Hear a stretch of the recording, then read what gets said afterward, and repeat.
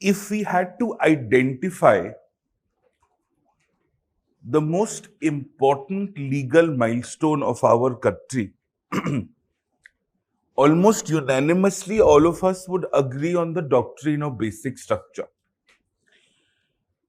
Now, the doctrine of basic structure to be asked in the mains is very clearly categorized in the main syllabus. You would be surprised to note, if you haven't already, fundamental rights may not be explicitly mentioned in the main syllabus, but the doctrine of basic structure is. And almost every alternate year, the mains exam has asked you questions on the doctrine of basic structure without using the words the doctrine of basic structure. What they have actually asked you about is the amenability of the constitution. Was it right or wrong? And what happens to the doctrine? That is it. Now, when we are preparing this for the prelims exam, we need to largely know two things. What happened and what is the status quo? Was it right or wrong? Should it have happened or not? Does it take away the sovereignty of the parliament? Does it usher in an era of judicial review translating into judicial activism? Is none of our concern. Was the doctrine of basic structure inherently a good idea or not? Is something we are not concerned with as far as the prelims is concerned. And the prelims has asked one question from here in the last 10 years, but the question was a semi-political question. The question was, who was the Prime Minister of India when the first schedule was inserted?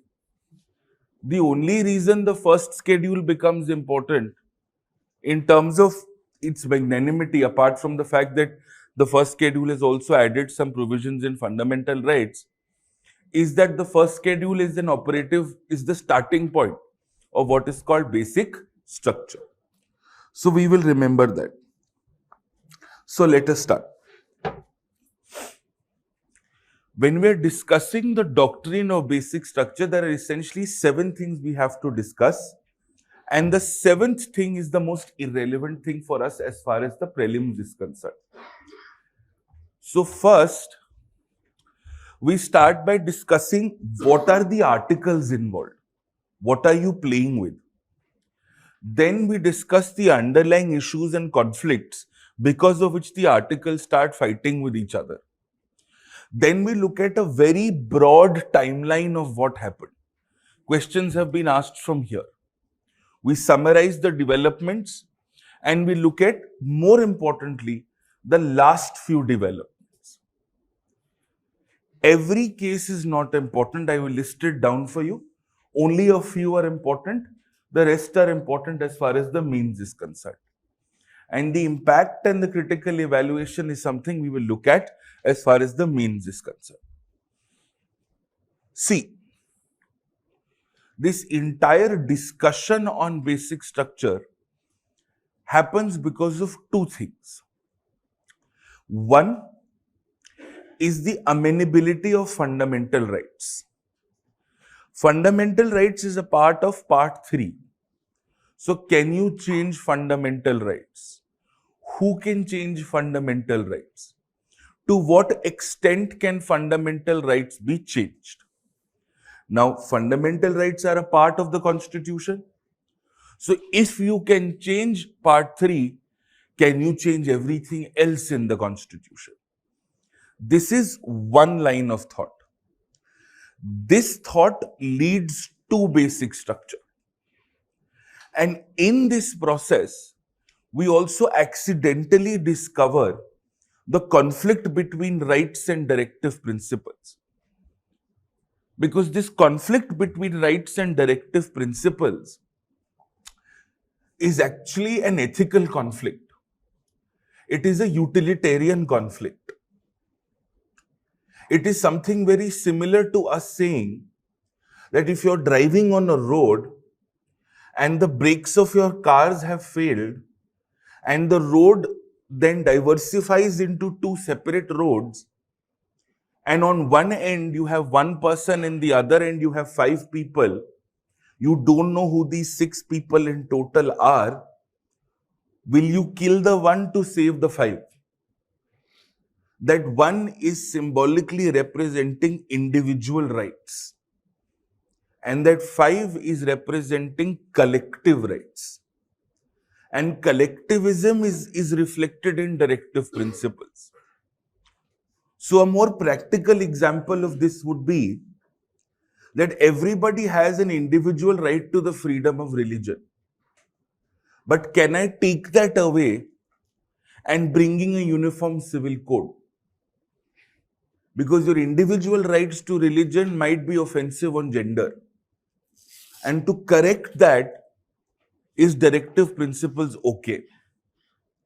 मतलब बहुत simple line में अगर सबका भला कर रहे हैं और एक आध का कट रहा है तो चलेगा क्या? Simple utilitarianism. I will give you the answers to the climax at the very beginning itself, because this is directly asked in the prelims exam. Everything in the constitution can be changed as long as it doesn't violate basic structure.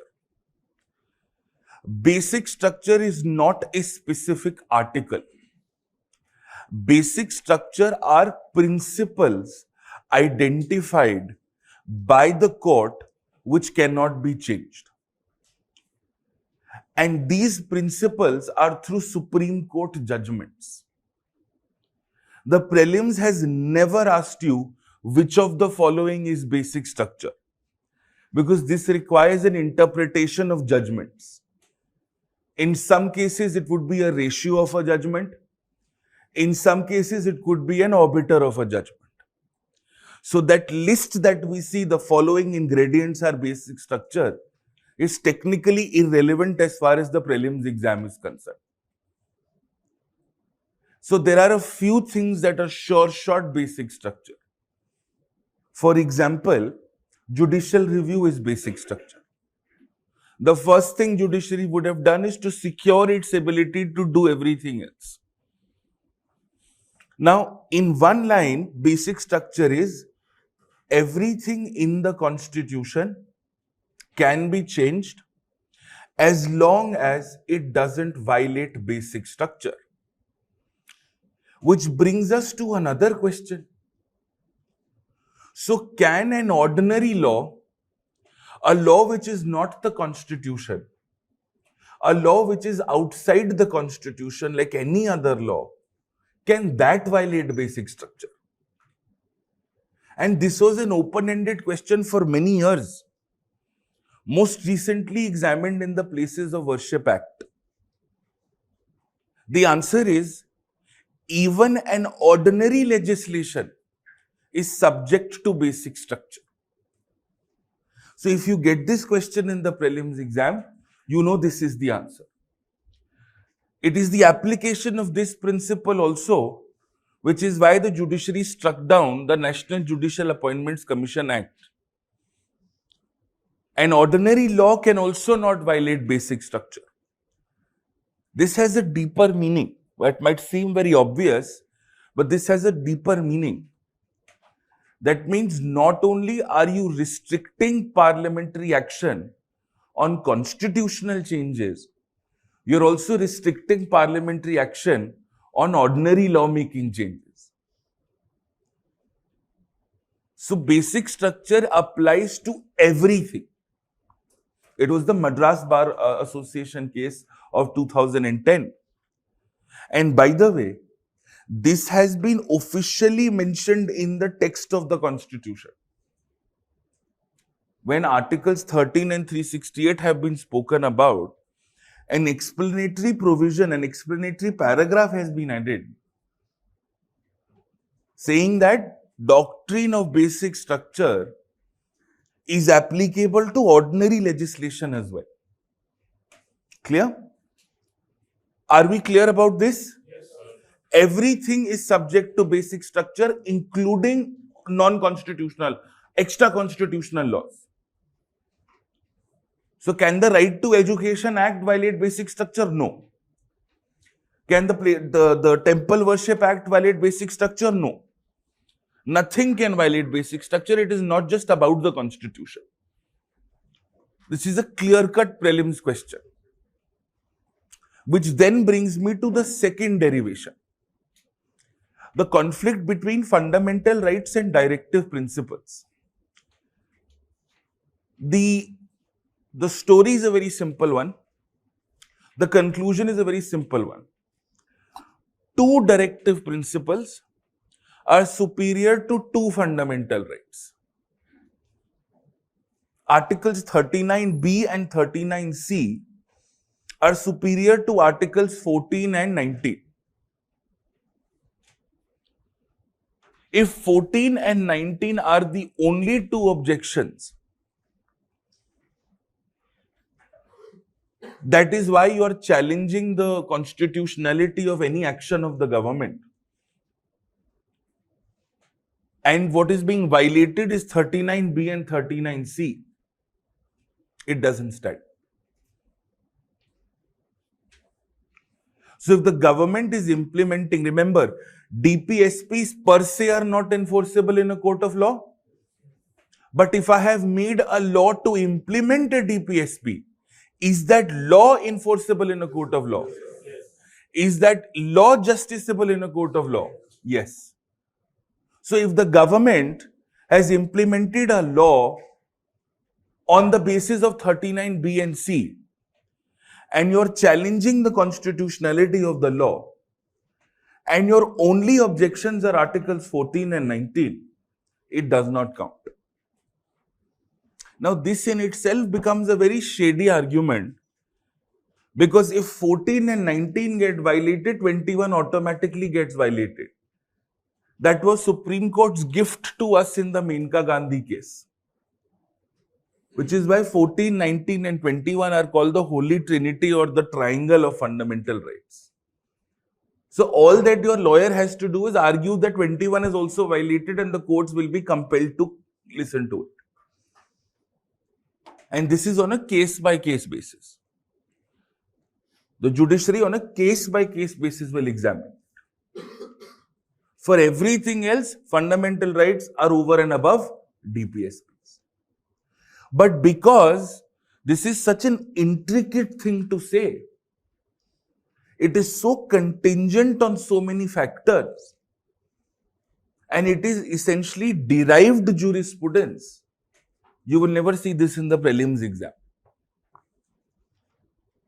So the fact of the matter is, if you get a question, are all fundamental rights superior to all directive principles? The answer would be no. That would be an incorrect option. So our concluding facts are clear at the beginning of this prelims lecture. Now let us get into the provisions involved as clearly as we can. See, we're essentially going to be playing with the following provisions. Article 13, 368, 19, 31, 31A, B and C. Some of these provisions along the way would have been deleted from the Constitution because they are pertaining to property. The primary discussion, violations of 19 and 31, will allow you to look into 13 and 368. 13 and 368 have to have a correlation between each other. Article 13 says no law can violate a fundamental right. But Article 368 says the Parliament has the power to amend the Constitution.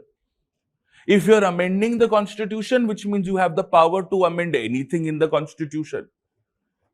If I have the power to amend everything in the Constitution, I also have the power to amend fundamental rights in the Constitution. So what I'm essentially trying to say is that there is a contradiction between 13 and 368. On one hand, you are saying no law can violate a fundamental right. On the other hand, you are saying the parliament has the power to amend anything in the constitution. So if the parliament has the powers to amend everything in the constitution, it has the powers to amend fundamental rights. Which is why we came to a conclusion when we did Article 13 that constitutional amendments are an exception to Article 13. Because if constitutional amendments could be considered a law, then the parliament would effectively have no power to change a fundamental right. So while you could save a pushback, you would also be preventing some good rights from coming in. If constitutional amendments were law for the purposes of Article 13, Clause 2, then right to education, Article 21A would have not existed. Because you would have not had the powers to add. So this is the primary conflict. This is what the judiciary will stumble into. But nobody went to court for this. People went to court for this. People went to court because of socio-economic realities of India. Now, take a minute and understand Article 368. Because here in itself, you will find some extraordinary interpretations as far as the constitution is concerned, which may be asked in the prelims exam. See, the principle behind basic structure is the principle of limitation. And limitation is with constitutionalism. So if in the prelims exam we get a question which says, basic structure is an instrument of constitutionalism, that is correct. Because constitutionalism is a principle of limiting the powers of the government. Basic structure is limiting the powers of the parliament to amend the constitution. So effectively, basic structure is serving the purposes of constitutionalism. And constitutional law, in our original understanding, is not just law, but judicial precedents, customs, and conventions. So, in a way, basic structure also therefore becomes an instrument of constitutional law. Yes? We said constitutional law means legal and non-legal norms. Remember, I asked you yesterday to revise and come for class. Legal norms are constitutional provisions, statutes. And non-legal norms are also conventions and practices. A judicial precedent is a legal norm.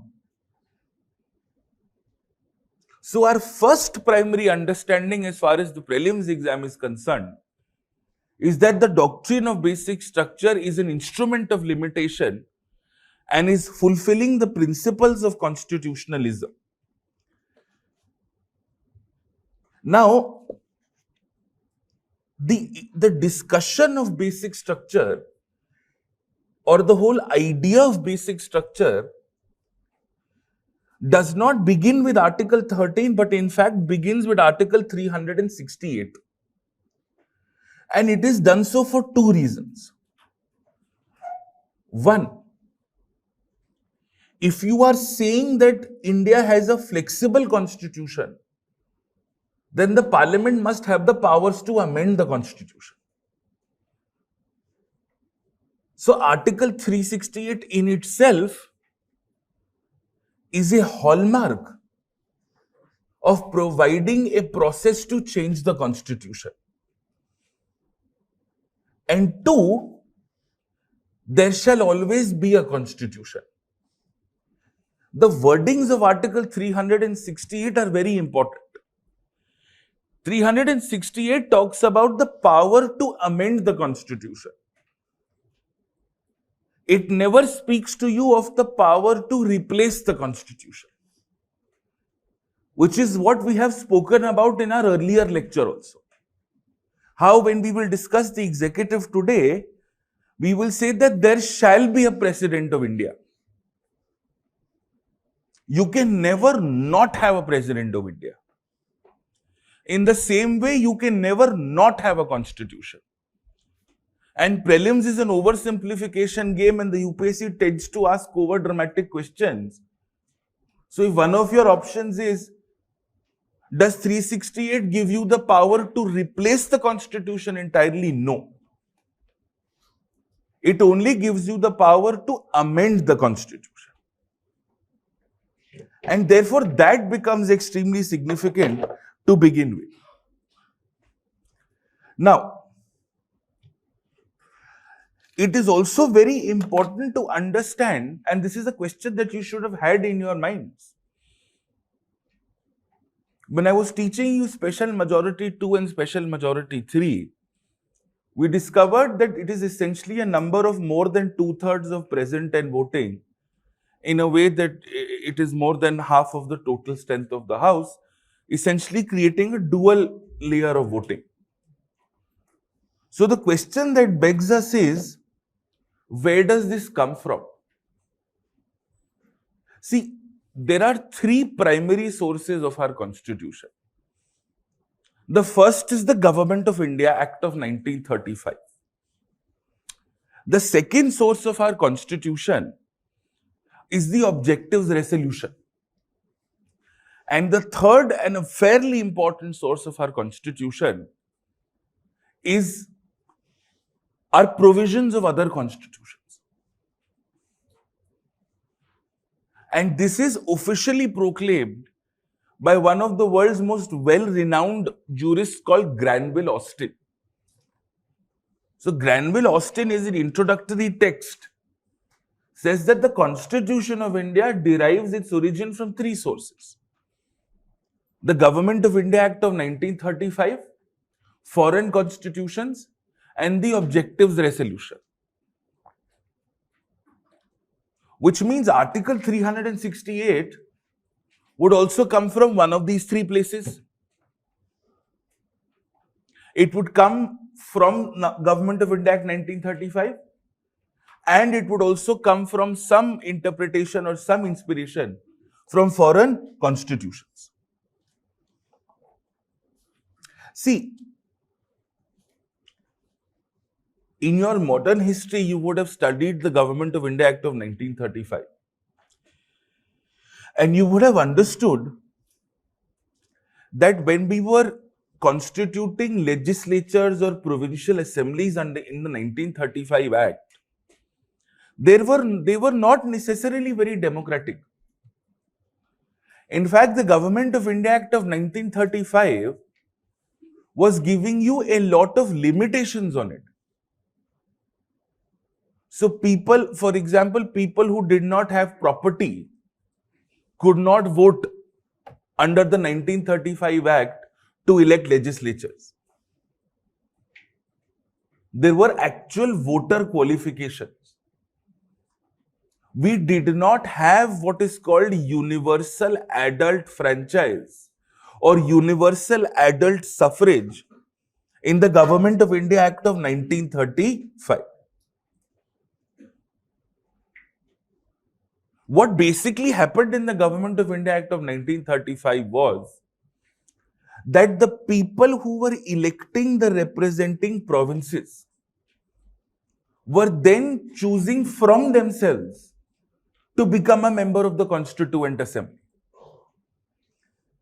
The Constituent Assembly did not come from the population, it came from the representatives who were already in a legislative framework, who were already in a legislature institution.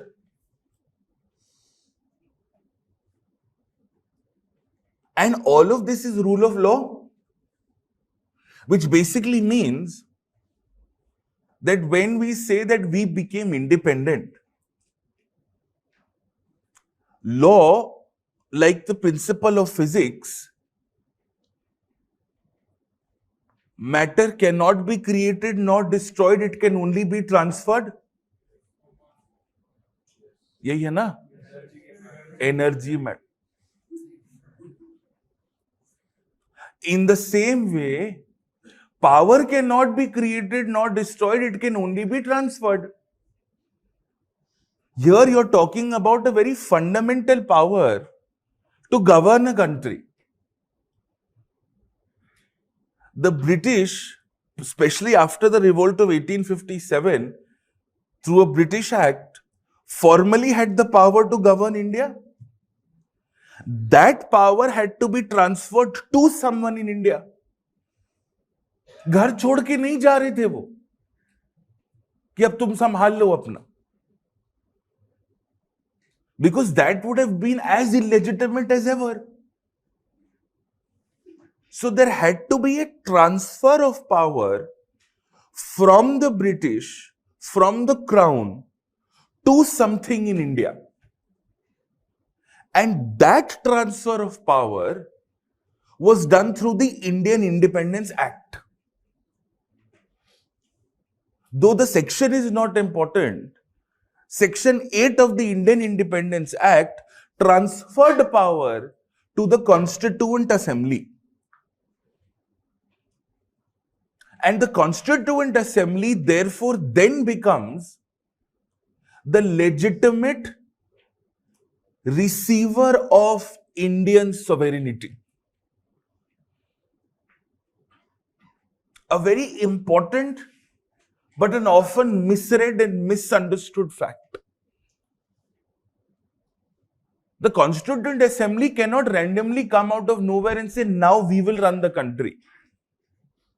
There had to be a transfer of power. Now, India is governed by what is called British paramountcy, and at least was for a long time. See, Article 368, and we've done this in detail before, gives you 5-6 reasons for which state ratification is also needed. When you're changing the manner of election of the president, when you're changing the powers of the center and the states, when you're changing the appointment and the removal processes of the Supreme Court and the High Court, when you are changing Article 368 itself, very clearly have you mentioned these provisions. If there is a global article in the Constitution, I think it is Article 368. Article 368 was crafted and curated after what is called bringing the best of all worlds in one article. So what happens is, the primary origin of Article 368 happens to be the US Constitution. The article number is not relevant for the prelims exam, but article number 5 of the US Constitution says that if you are making a certain change to the US Constitution, not only do you require 2/3 of the US Congress, which is the US Parliament, you require a 3/4 ratification by the states. So US's version of 368 is not half of the state ratification. It is more than 3/4 of state ratification. This also goes to show how federally empowered the United States of America is. And that may be a model that may suit them, not us. Have you seen our states? So this 2/3 comes from the US. See, Article 368 has two parts. More than 2/3. And then you have the state ratification. The problem with state ratification is we can't go by the US model. Otherwise, you will never get the kind of majority. And this idea of limitation,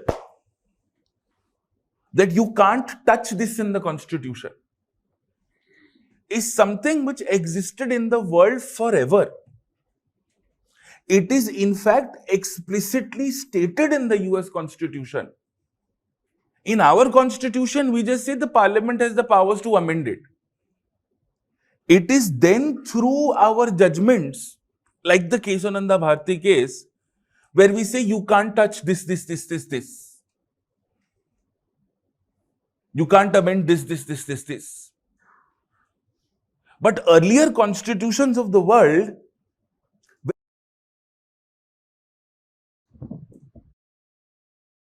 US Senate, all states of the US have equal representation in the US's version of Rajya Sabha, and they get 2 seats. That is their basic structure in the Constitution.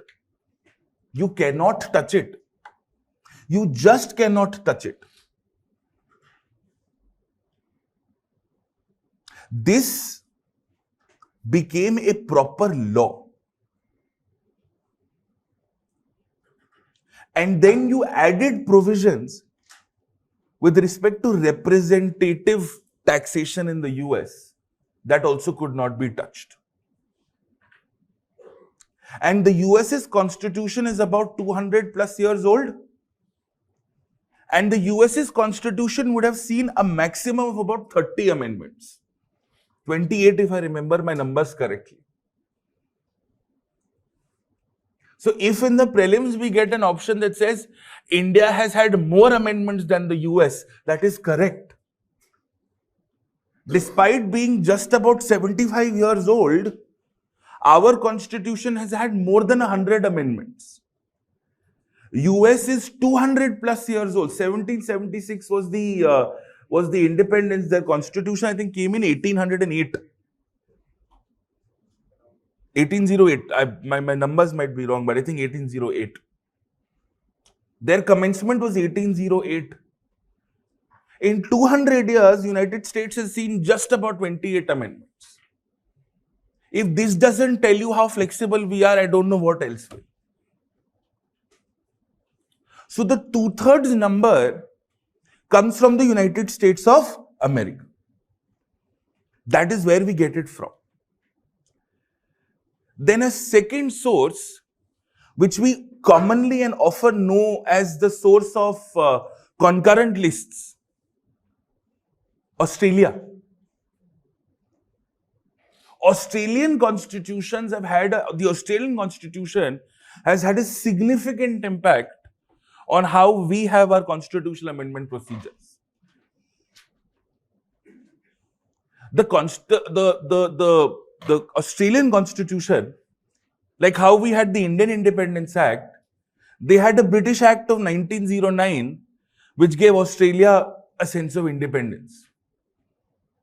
Though they still officially recognize the crown as their monarch, but again, it's a very symbolic setup.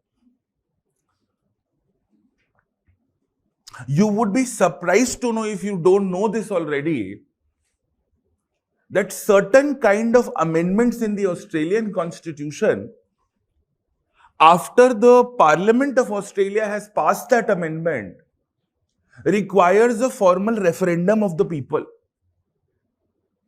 Yes. So if you think the US's process was extreme, the Australian process was on another level itself. Which is why when you hear of these indigenous populations in Australia, Aboriginals, it is their version of tribes. And they have been fighting for greater rights and greater autonomy, which can only be given to them through the Australian constitution. The referendum has never happened. And the third source for Article 368, which we commonly associate with directive principles, is Ireland. The Irish constitution has also had a significant impact.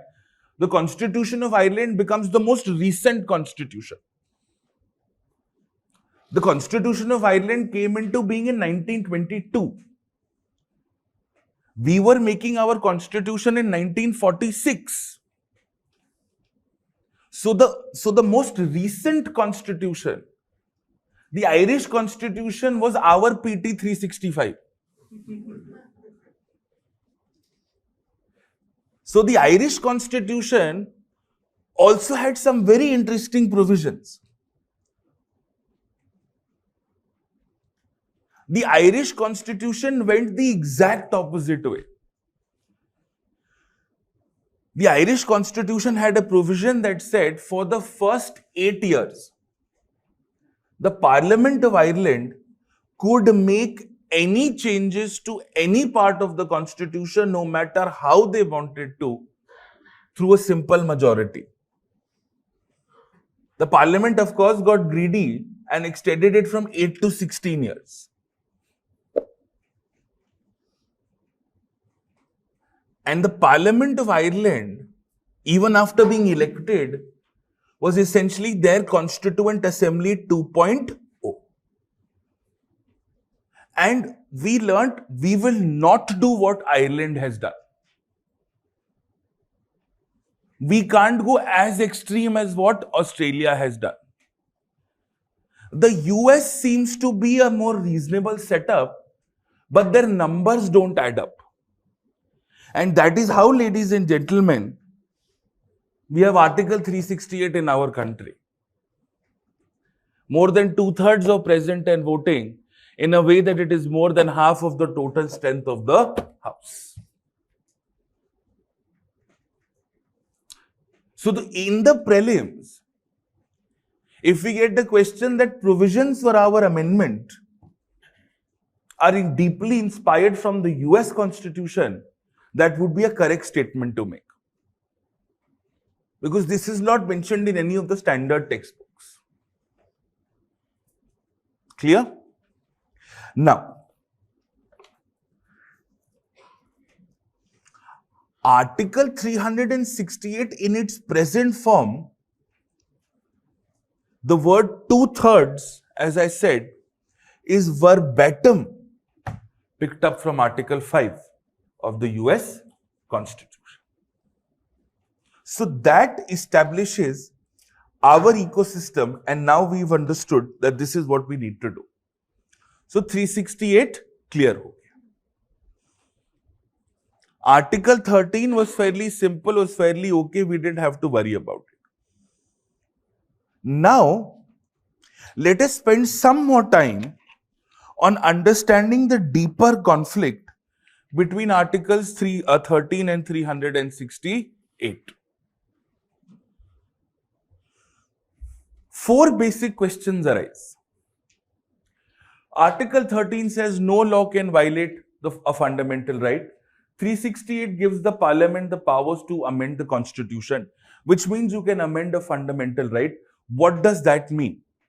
You can add a 1, you can remove a 1, or you can reduce the status of 1. Which therefore begs to understand 4 simple questions. 1, are constitutional amendments to be treated in a different manner? Which the answer is they are not law. Second, who actually has the power to amend the Constitution? The answer therefore here becomes the Parliament. Even the President constitutionally cannot say no to a constitutional amendment, because that would undermine the principles of parliamentary democracy. And who determines whether a constitutional amendment is valid or not? The judiciary.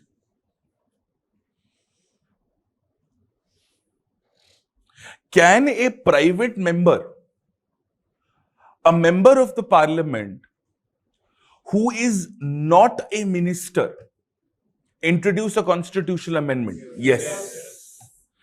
Anyone can. But a constitutional amendment must necessarily originate in either houses. And the difficult constitutional amendments, the ones that you think will have a lot of resistance, will always be introduced in the Rajya Sabha. Because technically the Rajya Sabha never dissolves.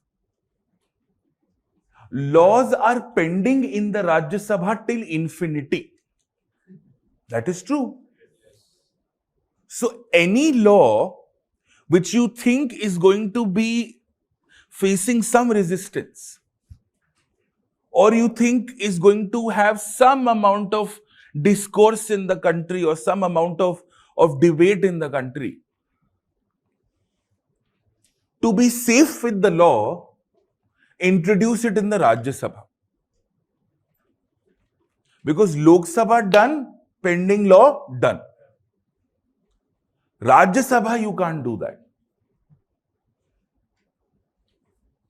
A constitutional amendment bill can be introduced in either of the two houses.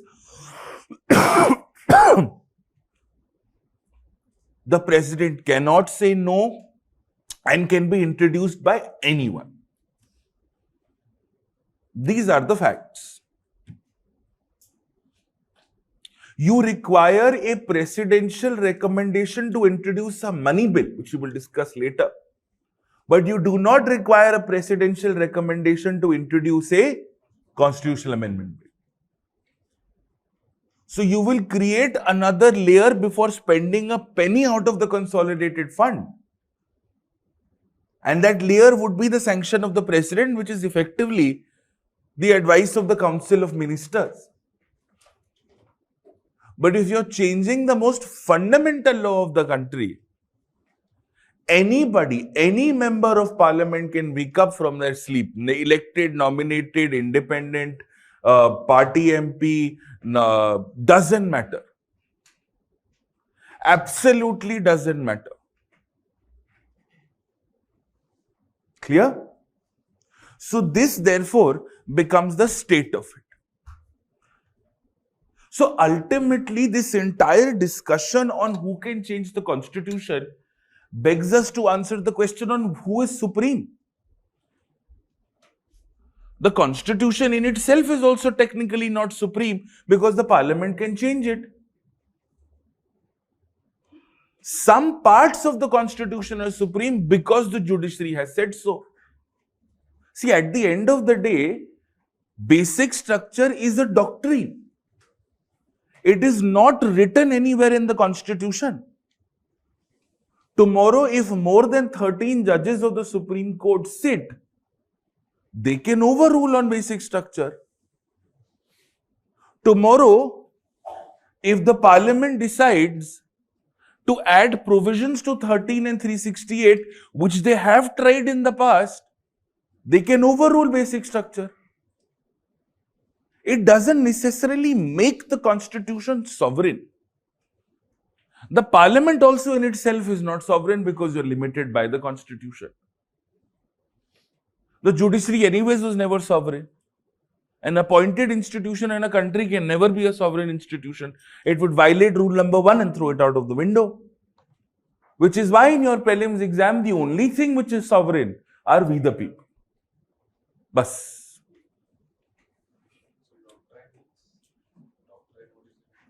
Doctrine is a legal principle. A doctrine simply means a principle or a theory evolved by the judiciary through a judgment which has to be followed in the country. That's it. It is not codified anywhere. Nowhere. It would not be called. Doctrines are not written anywhere. No. So, word basic structure? No.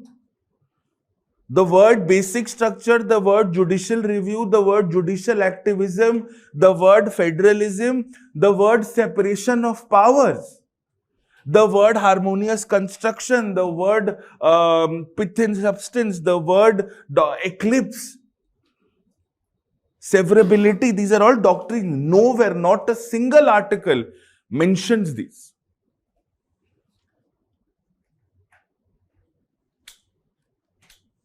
They're nowhere written. Sorry? No, not at all. So this is our reality. And we come to this reality because of our socio-economic conditions. See, there were essentially 4 things that led to all of it. Out of these four things, two impacted fundamental rights and two impacted the relationship between rights and directive principles. Land reforms, reservation policy, nationalization, and cultural and minority rights. Land reforms and cultural and minority rights led to basic structure. 95% contribution land reforms, 5% contribution cultural and minority rights, because of why Kesananda happened. And this relationship between fundamental rights and directive principles happened fundamentally for two reasons: the reservation policy and nationalization. Reservation is fundamentally utilitarian. You wanted to provide for a reservation in jobs or seats in a college to help a large section of people who had a defined presence in the population of the country. By giving them a special preference, you are fundamentally unequally treating everybody else. So the question effectively becomes, through reservation, you're creating socio-economic equality. You're preventing concentration of power. You're trying to distribute resources, which are directive principles. But it is fundamentally against the right to equality.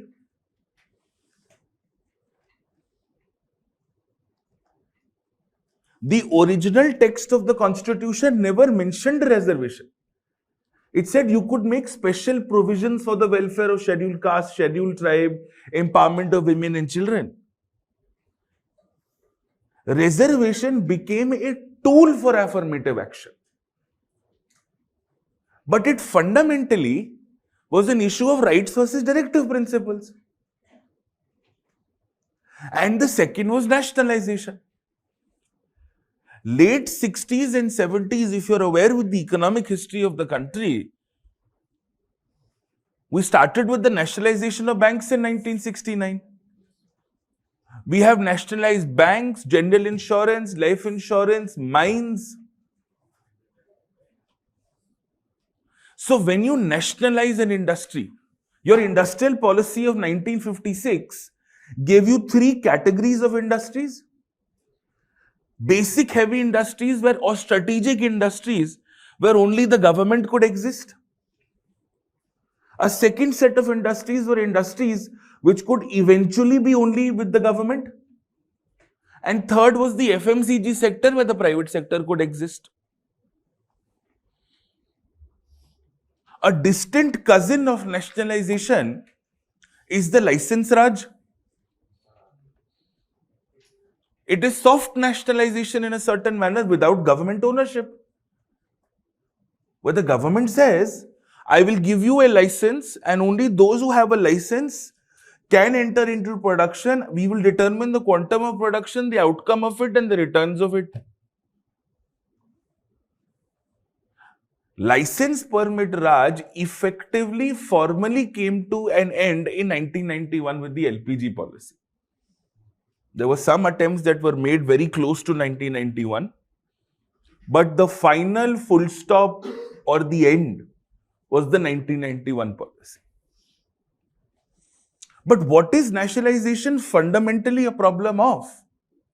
If I say that I have nationalized banks in the country,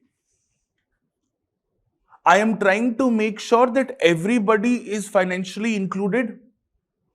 Because private banks will never open branches in remote areas which might run at a loss, and therefore people in the rural part of the country or in the remote parts of the country will still be caught up in the informal debt trap, and therefore will have to take money at extraordinary rates of interest from private money lenders and be forever caught in a vicious cycle of poverty relating to debt, relating to poverty, thereby also institutionalizing bonded labor.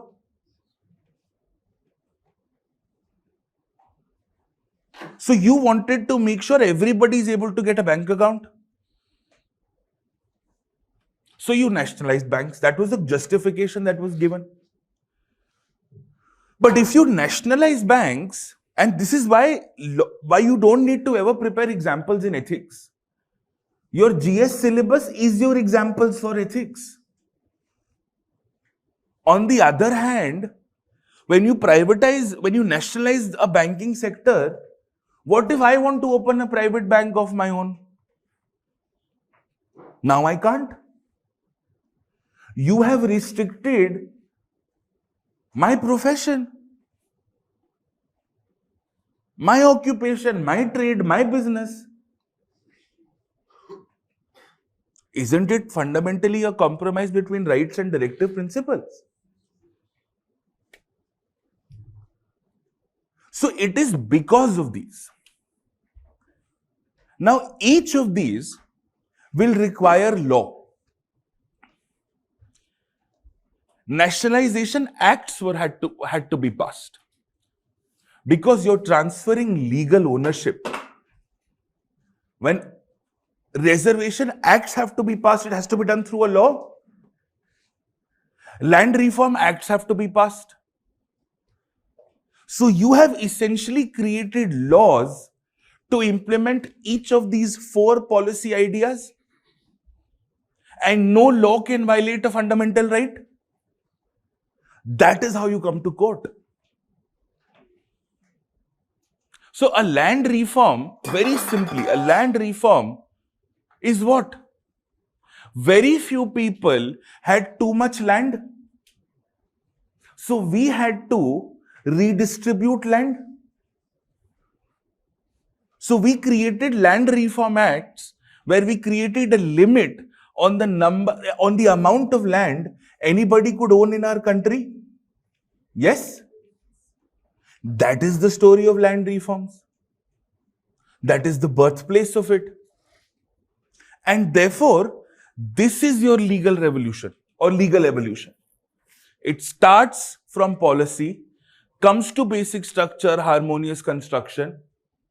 Harmonious construction is try and balance rights and directive principles as much as you can. If you really can't, then rights over DPSPs in all cases, except 39B, 39C superior to 14 and 19. बात खत्म, काम खत्म, आगे बढ़े. ठीक है? So the journey therefore starts with what is called land reforms. Whether it is reservation or land reforms or cultural rights or nationalization, these are all instruments of socialism. The intervention of the state in welfare. State ने बोला मैं land का problem solve करूंगा. It is my issue to solve the problem of land. ठीक है? And that's the classic definition. State intervention with the objective of welfare to remove inequalities in society. So the journey therefore starts in 1950s.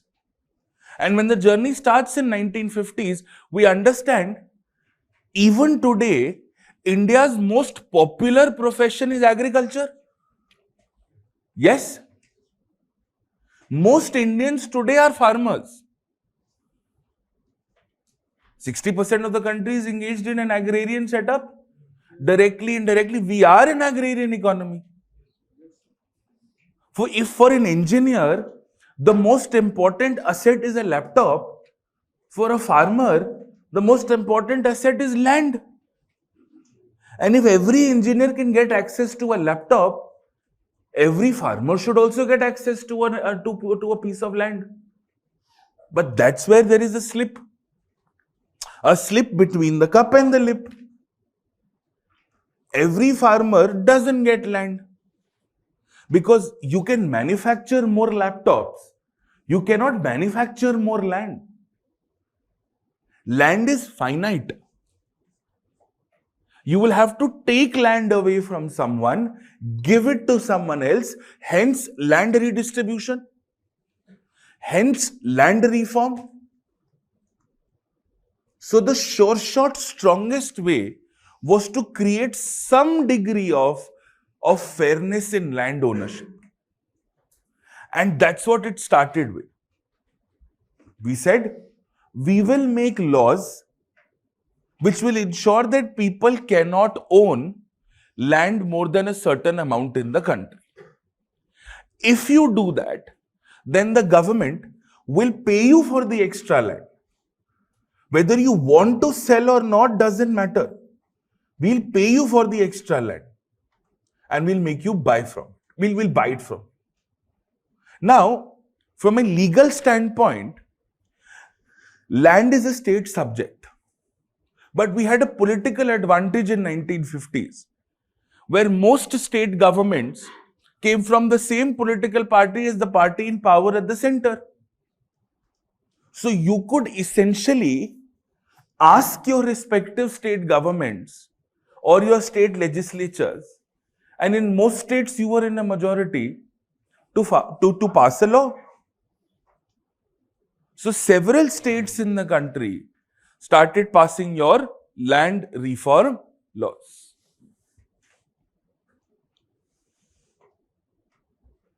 At that time. And therefore, these land reform laws are now ready to be executed. And this is where the problem starts. These land reform laws fundamentally impose two ideas. You cannot own more than an X amount of piece of land. And if you do, the government is going to buy it from you. It's not that they're snatching it from you. It's not that they will acquire it without giving you money. It is going to be a fair amount of money. But what if you don't want to sell? Now apply this to the rights that you have studied. Suppose you are the landowner and I am the government. You cannot have more than 10 hectares of land, but you have 20 hectares of land.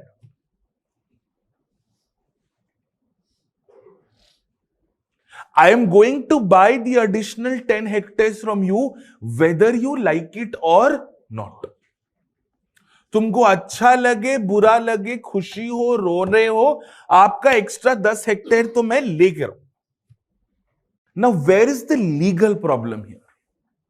If this side of the class has land and that side of the class doesn't have land, और आप सबके पास 10 hectare extra है, मैं आपसे 10 hectare लेके खरीद लूंगा. तो इनके पास नहीं है और आपके पास है.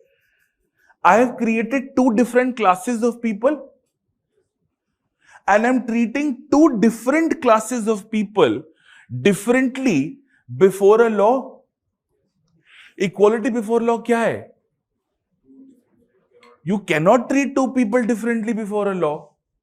तो मेरा लैंड रिफॉर्म लॉ है, तुम्हारे पास लैंड है और एक्स्ट्रा है तो मैं ले लूंगा, नहीं है तो तुम्हारे मजे. So principally, it became an objection on Article 14. And the makers of the constitution, in their wisdom, which they regretted later, they inserted very specific rights pertaining to property.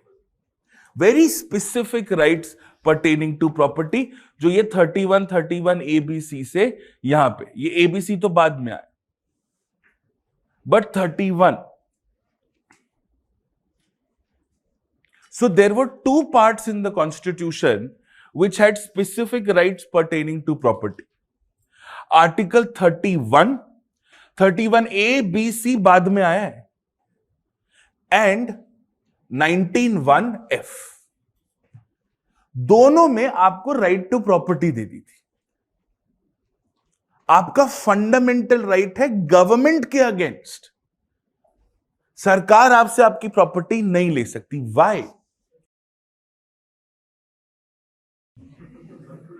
Why?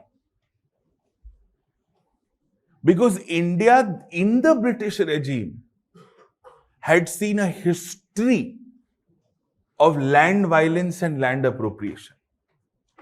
आपके जितने भी रूट कॉजेस थे, जमींदारी, मनसबदारी, रोतवारी, subsidiary alliance, सबका fundamental compromise तो land पे था ना.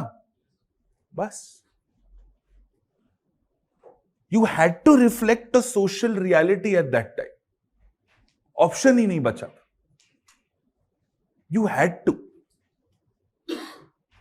So इसलिए 19 ऑब्जेक्शन हो गया, 31 ऑब्जेक्शन हो गया, 14 ऑब्जेक्शन हो गया ना.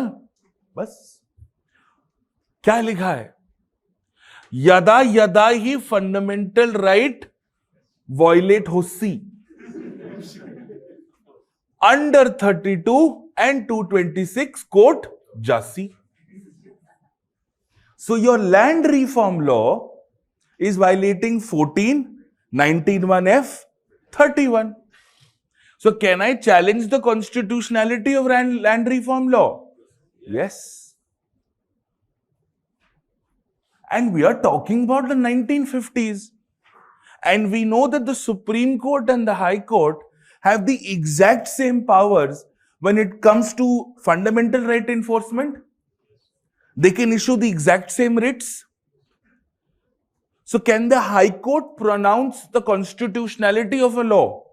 Yes. Can the High Courts look into the validity of a state law? Yes. Can the High Courts look into the validity of a central law? Yes. If the High Court of a state declares a central law to be invalid, it will be invalid for that state. Before Navtej Singh Johar's judgment, the Delhi High Court briefly, in the Nas Foundation case, had decriminalized homosexuality. But because it was the Delhi High Court, it was only decriminalized for the state of Delhi. Then the Honorable Government of India, Union of India, appealed the Delhi High Court judgment to the Supreme Court. The Supreme Court stayed the order and returned it back to the Delhi High Court for reconsideration.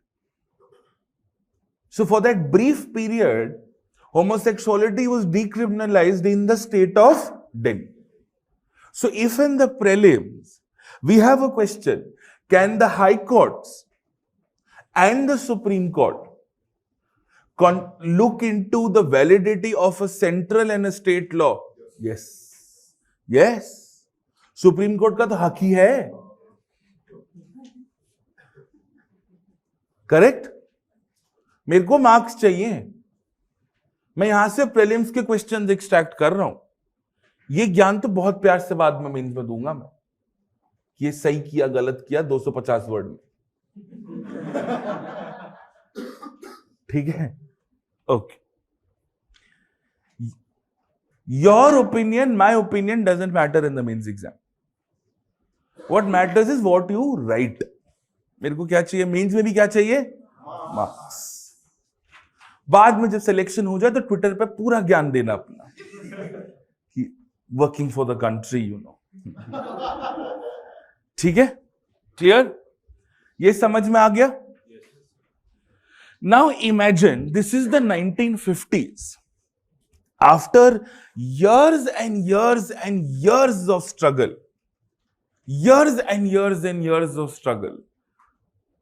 our independence movement has effectively lasted 100 years with very great potential and very great fervor in the last 50 years leading to 1947. इतना मुश्किल से हम आजाद हुए.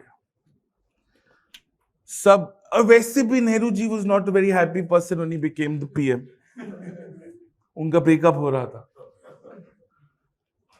Imagine he's become the PM. उधर से Kashmir infiltration है, drought है, famine है, पार्टीशन को डील कर रहे हैं, स्टेट्स को रीऑर्गेनाइज करने का अलग प्रेशर है. We are dealing with massive socio-economic problems. Then the PA to the PM calls up and says, "Hello, Nehru ji, sir, एक थोड़ा सा problem है sir.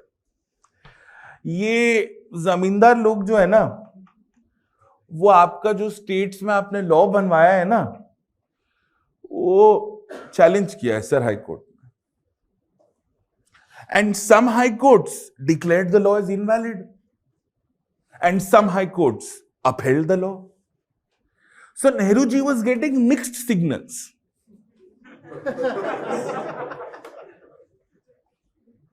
Some high courts said, हाँ सही कर रहे हो, करना चाहिए, देश का बेहद भला होगा.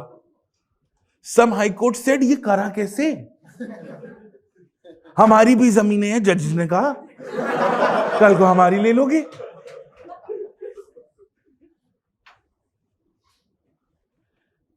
So then they decided, ये बहुत हो गया, बहुत हो, इसको जड़ से उखाड़ने का टाइम आ गया है. And that is why within the first year of the constitution we enacted the first constitutional amendment 1951. And 1951 essentially added three things. Three very simple things. Article 31A, Article 31B, and because of Article 31B as your reference article, 9th schedule. Article 31A में तो लिख दिया उन्होंने अपने खून से, अगर सरकार आपकी लैंड एक्वायर कर रही तो कोई राइट वायलेट नहीं हो रही, जा बाढ़ में,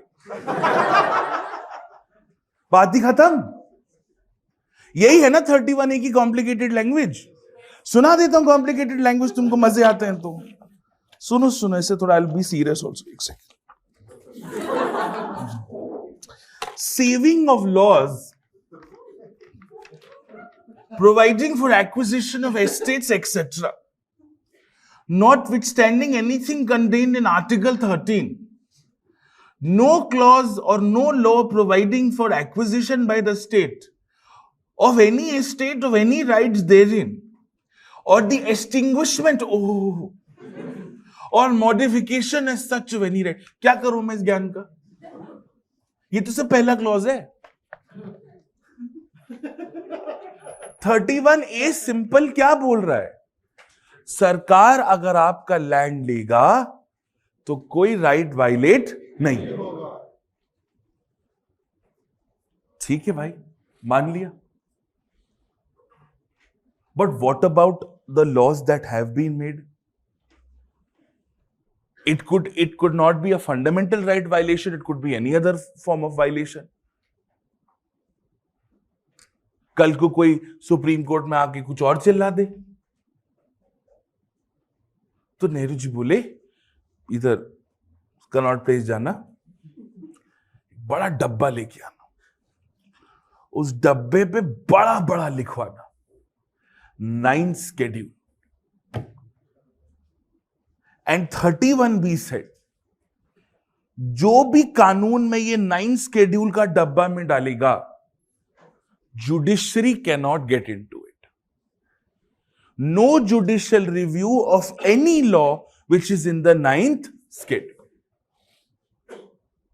And that is how we added the 9th schedule. और जिन जिन स्टेट्स ने लैंड रिफॉर्म बनाए थे, बिहार, ये यूपी, ये सब डाल दिए. फिर नेहरू जी ऐसे बैठे, अब बात ही खत्म. If the constitution has been amended, if the constitutional provisions say that no law is violated if the government is acquiring your land, and if there is a 9th schedule, there is a part in the constitution which immunes certain laws from judicial review, and land reforms are a type of those laws, तो बात ही खत्म हो गई. It's not that 9th schedule only contains what are called land reform laws. It contains several other laws.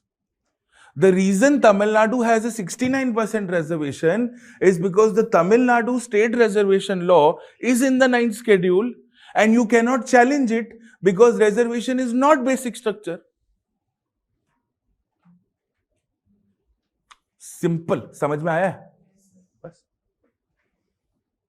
तो यहां से हमारा drama शुरू होता है.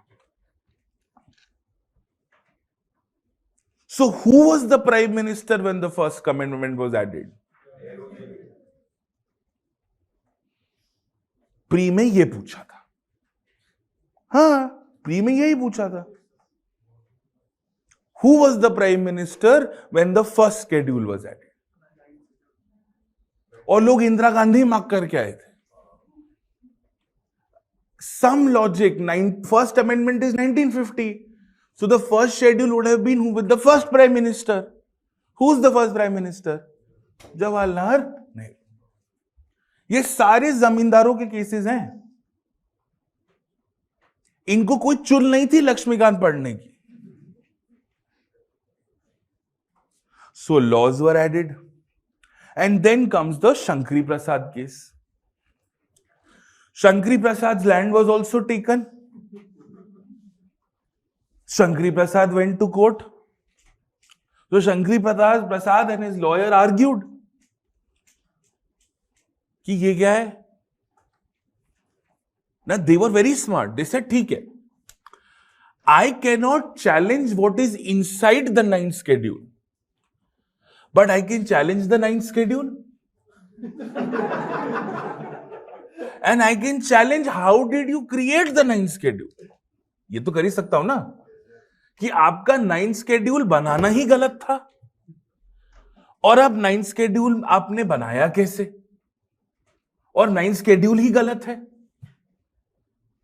जो आपने बनाया वो गलत है और जैसे बनाया वो गलत है. And that is the beginning of great constitutionalism in our country. फिर यहां पे डिस्कशन हुआ दो तरह के कानूनों का.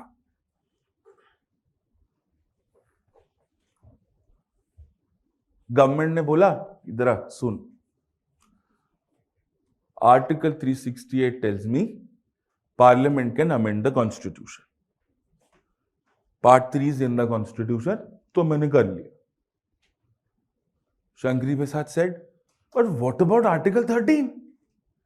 It says no law can violate the Constitution. No law can violate Part 3. So you can amend anything in the Constitution but not Part 3. That is when they discovered this beautiful illusion. Constituent law and ordinary law. Constituent powers are the powers to make constitutional amendments under 368. ये कोई आम कानून नहीं है. ये कोई आम कानून नहीं है. ये constitutional amendment है. If you are saying the constitution is supreme, then an amendment to the constitution also has to be treated specially. ये नहीं है कि सब लोग आ गए, सिंपल मेजॉरिटी से पास करके निकल गए, अब देश चल रहा है. So when the parliament is amending the constitution, the parliament is exercising its constituent powers. तो उसको अलग से ट्रीट करो. ये वो नहीं है. तो प्री में आ सकता है. Constituent powers of the parliament are where? 368. Constituent powers means what? The powers to amend the constitution. बस. तो कोर्ट ने क्या कहा? सही है. It's absolutely correct. The parliament's power to amend the constitution puts parliament in a higher pedestal. You cannot derogate it to Article 13, Clause 2. So the parliament can make any change to the constitution, including a fundamental right, no matter what the case may be. It doesn't matter at all. Shankar Prasad दुखी होकर रोते रोते चला गया, चना मेरे या करते हार गए। This is Shankari Prasad versus Union of India in 1951। और क्लियरली कोर्ट ने कह दिया constitutional amendments are not law under 13(2). आज भी यही है, आज भी यही है। नाउ जब प्री निकलता है ना तो अलग कॉन्फिडेंस आता है। जैसे ही पहला प्री निकले, चाहे 10 साल बाद निकले, you are ready to give effective guidance on how to clear this exam. चाय की टपरियों पे माहौल ही अलग हो जाता है ना? यही हुआ। गवर्नमेंट ने कहा बस अब तो कोर्ट भी अपने साथ, अब तो कोर्ट भी अपने साथ। So they passed the 17th constitutional amendment of 1964। उसमें उन्होंने थोड़ा सा दिया और बहुत कुछ लिया। 31A में एक लाइन और ऐड कर दी। देखो एक्स्ट्रा लैंड तो हम लेके रहेंगे, लेकिन लिख के दे रहे हैं कि दाम बढ़िया देंगे। इसमें साहब आपको कोई शिकायत नहीं होगी। We will give you fair compensation for the land that we will compulsorily buy from you, even if you don't want to sell that land. मेरे को बेचना ही नहीं है। नहीं नहीं, बेचना तो है। I will make you an offer that you can't say no to. अलग ही इनका बेसिक इंस्टिंक्ट चल रहा है। And as it happened in that movie, बहुत कुछ इसकी आड़ में more than 40 land reform laws were added to the 9th schedule। और 2 स्टेटों के ऐड करें जिससे बाकी के 2 केस बनते हैं, Rajasthan and Punjab. The 2 states you should not mess with are the states you messed with। बस राजस्थान में वॉरियर क्लैन है, Rajputana rifle, JAK light regiment. Punjab में भी है सिख रेजिमेंट। बस, और यहां से बने आपके नेक्स्ट केसेस। ठीक है, the next few cases. Sajjan Singh versus state of Rajasthan. You will notice across the world, any Supreme Court case of the world which is getting into this kind of a discussion, which is getting into an interpretation of the constitution, is the parliament having the rights, कभी भी unanimous नहीं होगा, कभी नहीं होगा। बस बाल बाल बचेंगे, बाल बाल बचेंगे। Golaknath 6:5,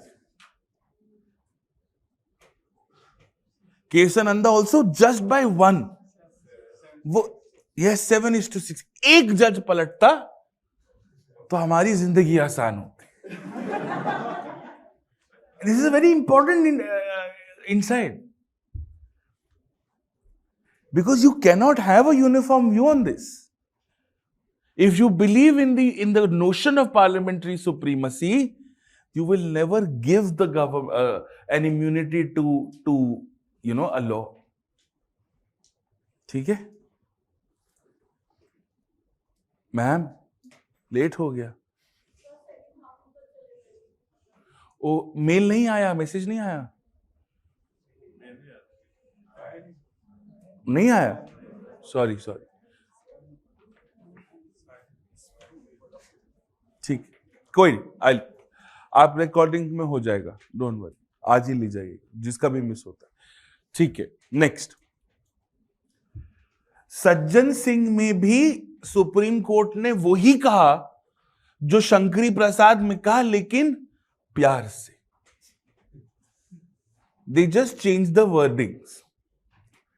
If Shankari Prasad was sky is blue, Sajjan Singh was what is blue is sky. For prelims, there is not a lot of difference. Means they got into the procedural element of it, they got into the underlying discussions of it. ये सब हुआ था, but ज्यादा फर्क नहीं था। But revolt की बीज यहां बो चुकी थी। The seeds of doubt were sown in Sajjan Singh, which is why, while Shankari Prasad was unanimous, Sajjan Singh was not. Judges started expressing doubts for a long time. उन्होंने कहा कि we need a higher and a larger bench to look into this. और ये बात बहुत कम लोगों को पता है। One of the judges on the Sajjan Singh bench was Justice Madolkar. And in his judgment, in his discussions, he mentioned the doctrine of basic structure. अब क्योंकि वो ऑबिटर था, तो वो गहराई में खो गया।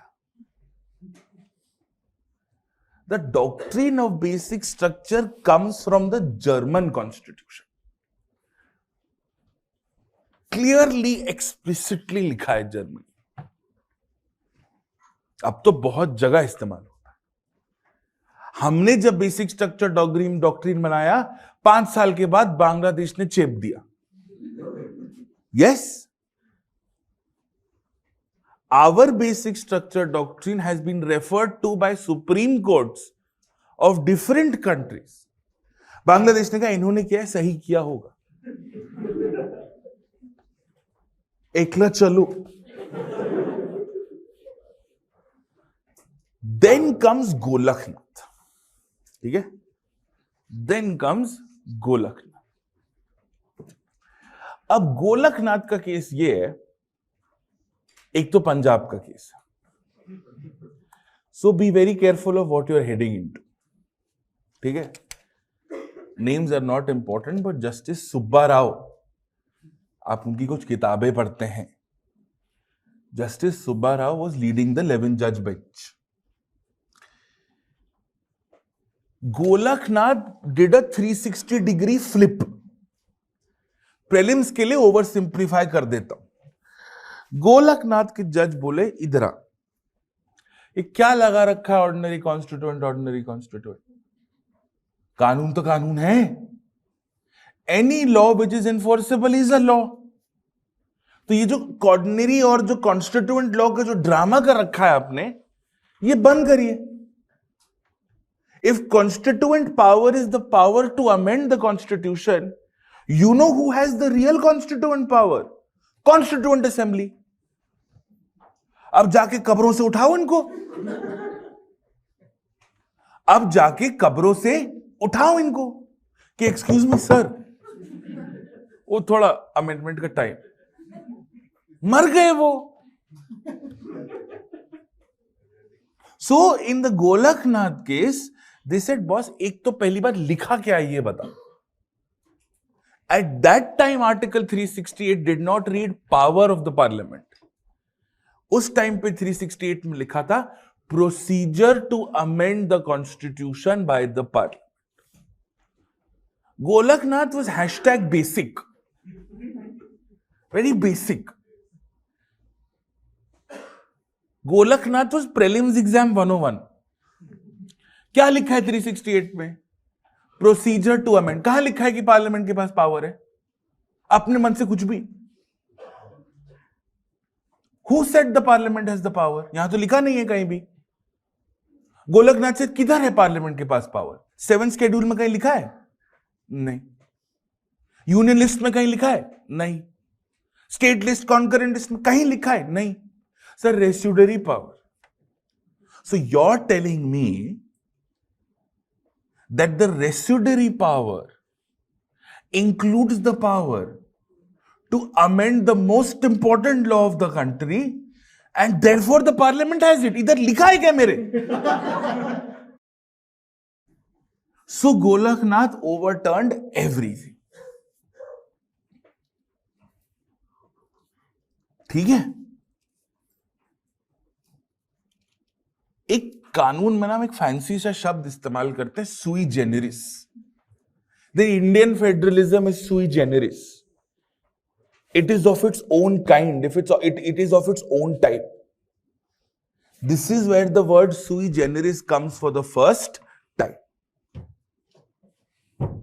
अगर आप कह रहे हो that our constitution is flexible, then you will have to provide for every possible amendment, and we will check whether that amendment is right or wrong.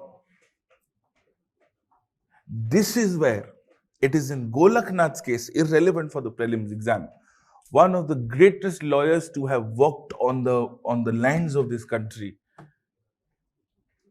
Nani Palkiwala, who was serving as an ambassador in a foreign country, was called to argue in this case. And he for the first time argued कि sir कुछ तो limitation parliament पे होनी चाहिए. And that is where the doctrine of basic structure starts to be more discussed. See, the doctrine of basic structure, the judges can't think. Remember, we are what? A common law system. The judges cannot apply. The judges will have to only give a judgment on the basis of what has been presented before them. And that is why the lawyers had to argue that there is something called basic structure. So Golaknath में फिर eventually हुआ क्या? They overturned Shankari Prasad and Sajjan Singh that constitutional amendments are not law under Article 13 Clause A. Sorry, are law. They're like any other law. And no law can violate a fundamental right, so fundamental rights cannot be touched by anyone. You simply overruled your previous benches. Also, because this was a larger bench, it was an 11-judge bench. 11-judge bench could overrule a 5-judge bench. हमेशा even number में होंगे, नहीं तो फिर coin flip करना पड़ेगा ना. Odd, sorry, हमेशा odd number में होंगे ना, नहीं तो फिर ऐसे तू मैं ऐसे करेंगे. ठीक है? Golaknath declared these laws to be invalid. अब सवाल उठता है कि भाई ये जो लैंड है वापस मिलेगी क्या? इतनी सब ड्रामा किस लिए कि मेरे को मेरा लैंड वापस करो. And Golaknath was losing acres and acres of land. The Supreme Court played it very smart. They adopted an American legal doctrine called the doctrine of prospective ruling. From next time onwards, जो गया सो गया. That Parliament's power to amend the Constitution is a residuary power.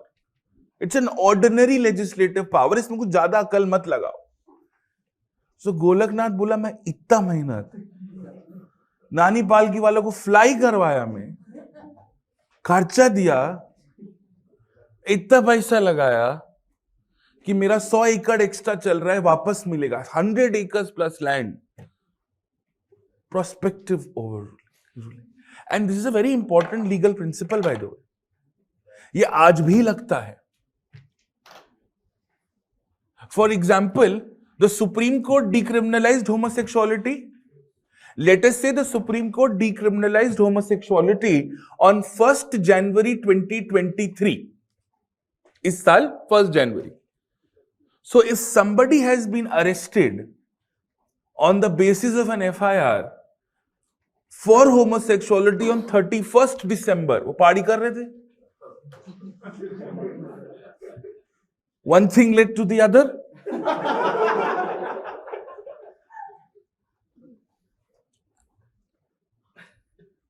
That judgment will not apply.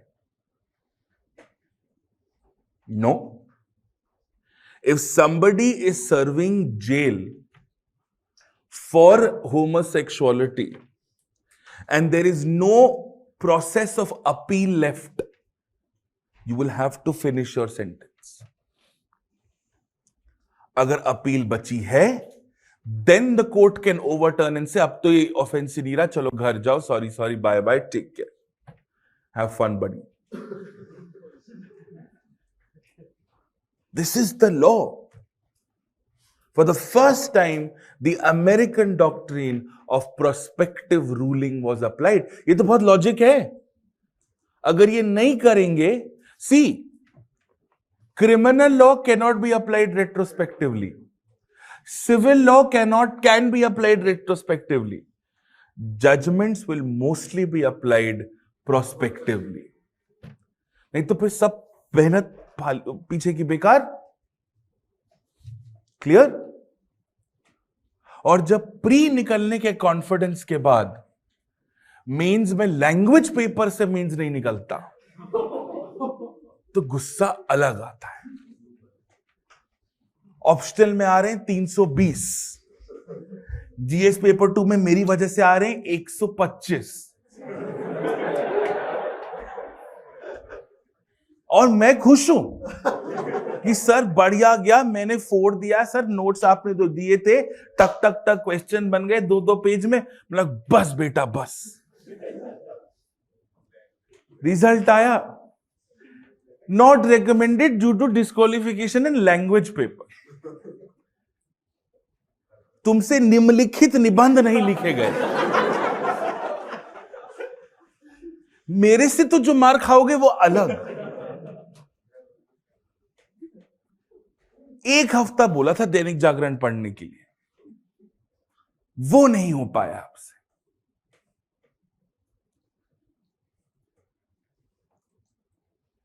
कृषि को agriculture लिख के आ रहे हिंदी में, number नहीं मिलेगा ना. करेक्ट? और फिर जो गुस्सा आता है, फिर जो आप सीधा संस्कृत विश्वविद्यालय में एडमिशन लेते हो, यही किया गवर्नमेंट ने. यहां लगा उनको, यहां. And you know who is the prime minister now? Desi Khaleesi. Indira Gandhi is in power. She is in power boss. या आयरन लेडी.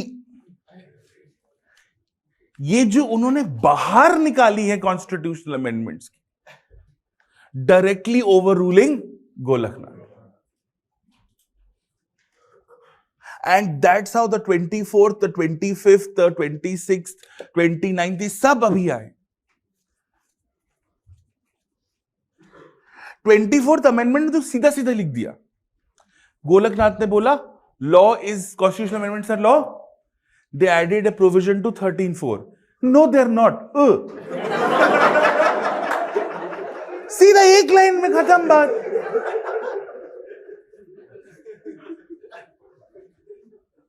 एंड कोई डाउट ना रह जाए, 368(3) में भी लिख दिया.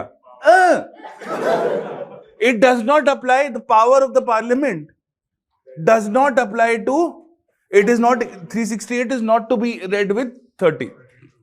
सो 13(4), 368(3). और जो गोलकनाथ सुप्रीम कोर्ट स्मार्ट बन रहा था ना, कि you have the procedure not the power, वो प्रोसीजर काट के पावर लिख दिया. अब बता, अब बाहर मिल तू. See, this is around a very difficult time. This was the 24th Amendment. This is around the same time जब nationalization grow कर रहा था. While the country was focusing on this story, पीछे जो अभी प्री के लिए बिल्कुल रेलेवेंट नहीं है, एक और पैरेलल कहानी चल रही थी. This is like that Netflix story where you have 2 plots that merge into 1. एक पैरेलल कहानी चल रही थी चंपकम दोराय राजन से. इंडिया का पहला reservation case, where Madras government had made a reservation policy, which the Supreme Court struck down. Fundamental rights are superior to DPSP. The second case was the Kerala Higher Education Reference. Reference pata hai na, that any bill or the president can ask the opinion of the Supreme Court on anything.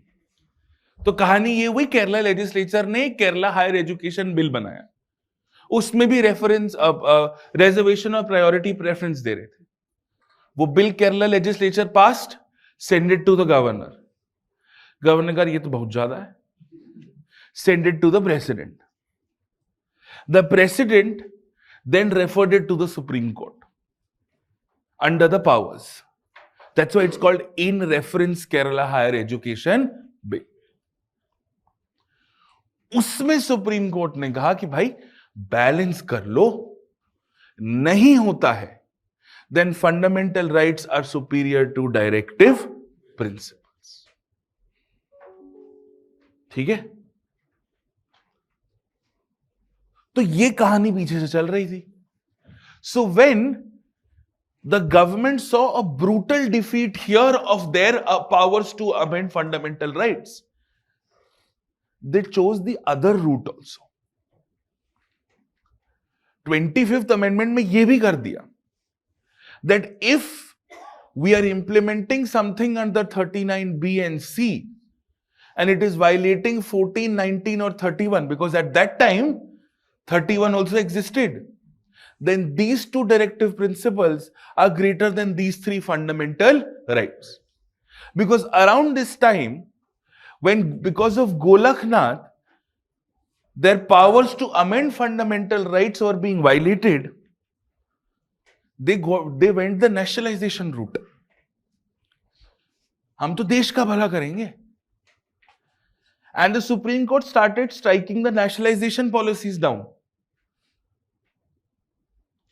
RC Cooper में bank nationalization supreme court ने overturn कर दिया था. So the 25th amendment was to counter that. And then was the 29th amendment, जिसमें they added 2 more states का laws. उसमें से एक था केरला. यही नहीं करना चाहिए. Should have not messed with the Keralites. Keshavananda Bharati versus Union of India. तो कहानी यहां से बनी. सो इन केशवानंद भारती, एक तो it is a very unique case because this case is coming at the peak of the onset of emergency. This case is coming at a point of time which is very anxious from a political standpoint. It is coming at a point of time where it is taking away democratic mandate from the parliament and bringing it to the judiciary. And it is one of the lengthiest judgments written in South Asian history. 4.5 lakh शब्द हैं इस judgement में. Clear?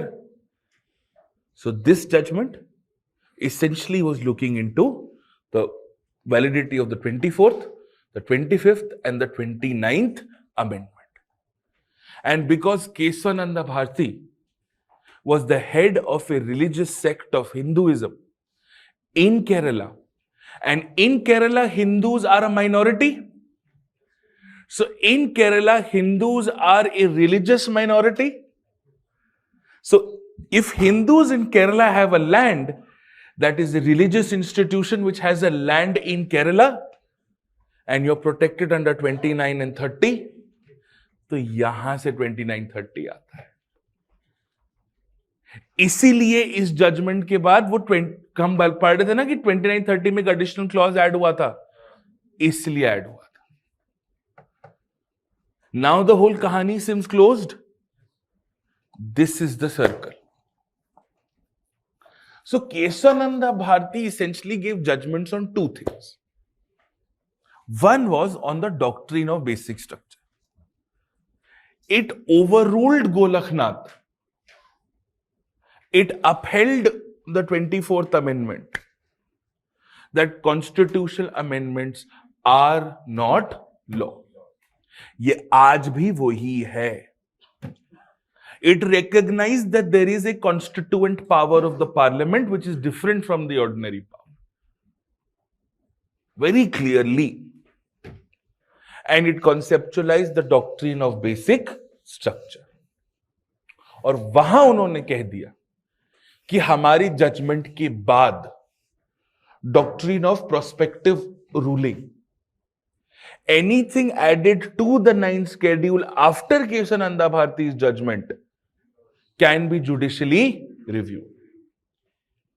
ये जो पुराने वाले amendment में ये जो किया था ना, ये in the 25th amendment, that if the government does something to implement 39B and C, the 2 directive principles are going to be superior to the 3 fundamental rights, and this cannot be looked into by the court.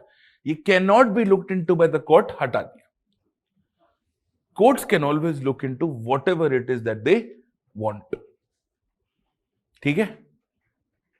And as far as the conflict between fundamental rights and directive principles was concerned, they made it very clear 39B and C is greater than 14, 19 and 31.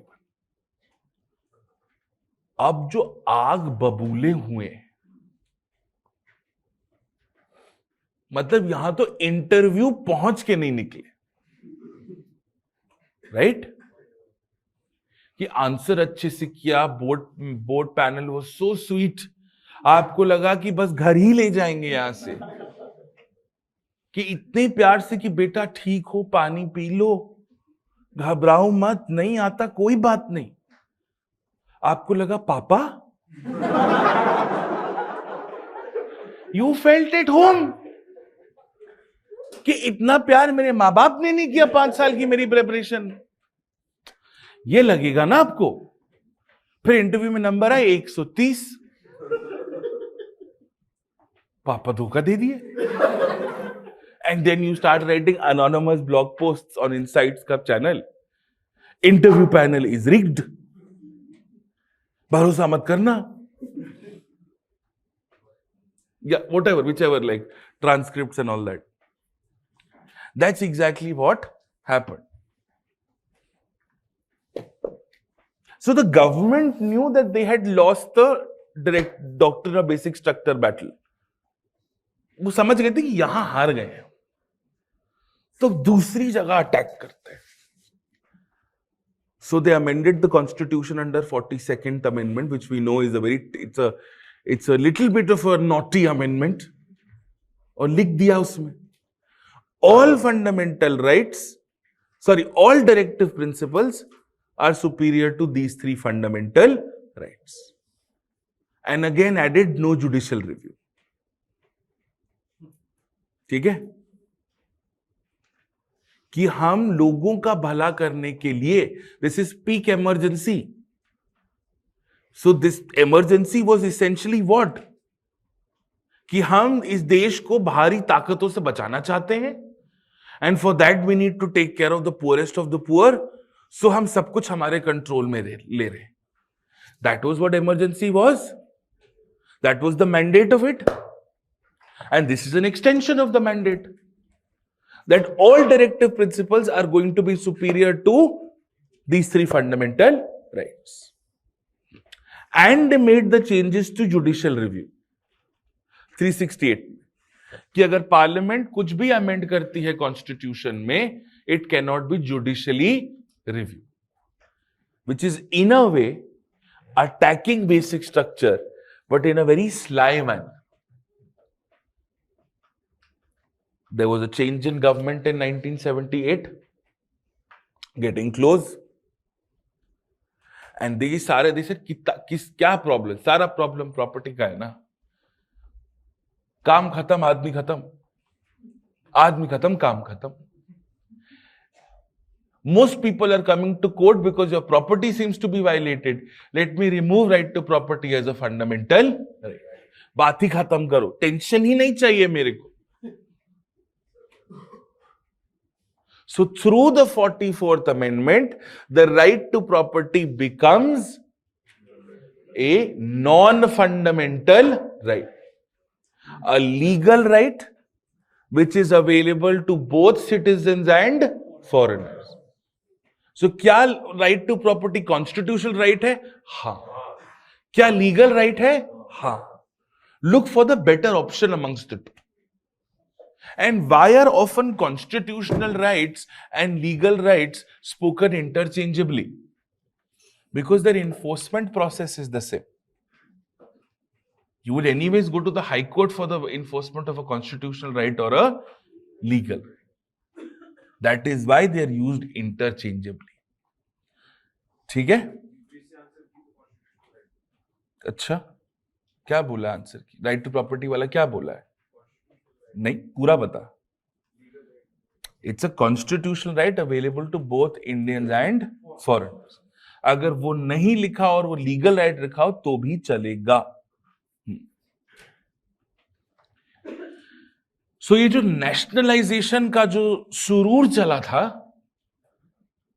Banks, general insurance, life insurance, then we started nationalizing Sikh textile units through a law called the Sikh Textile Undertakings Act. एक policy बनी थी.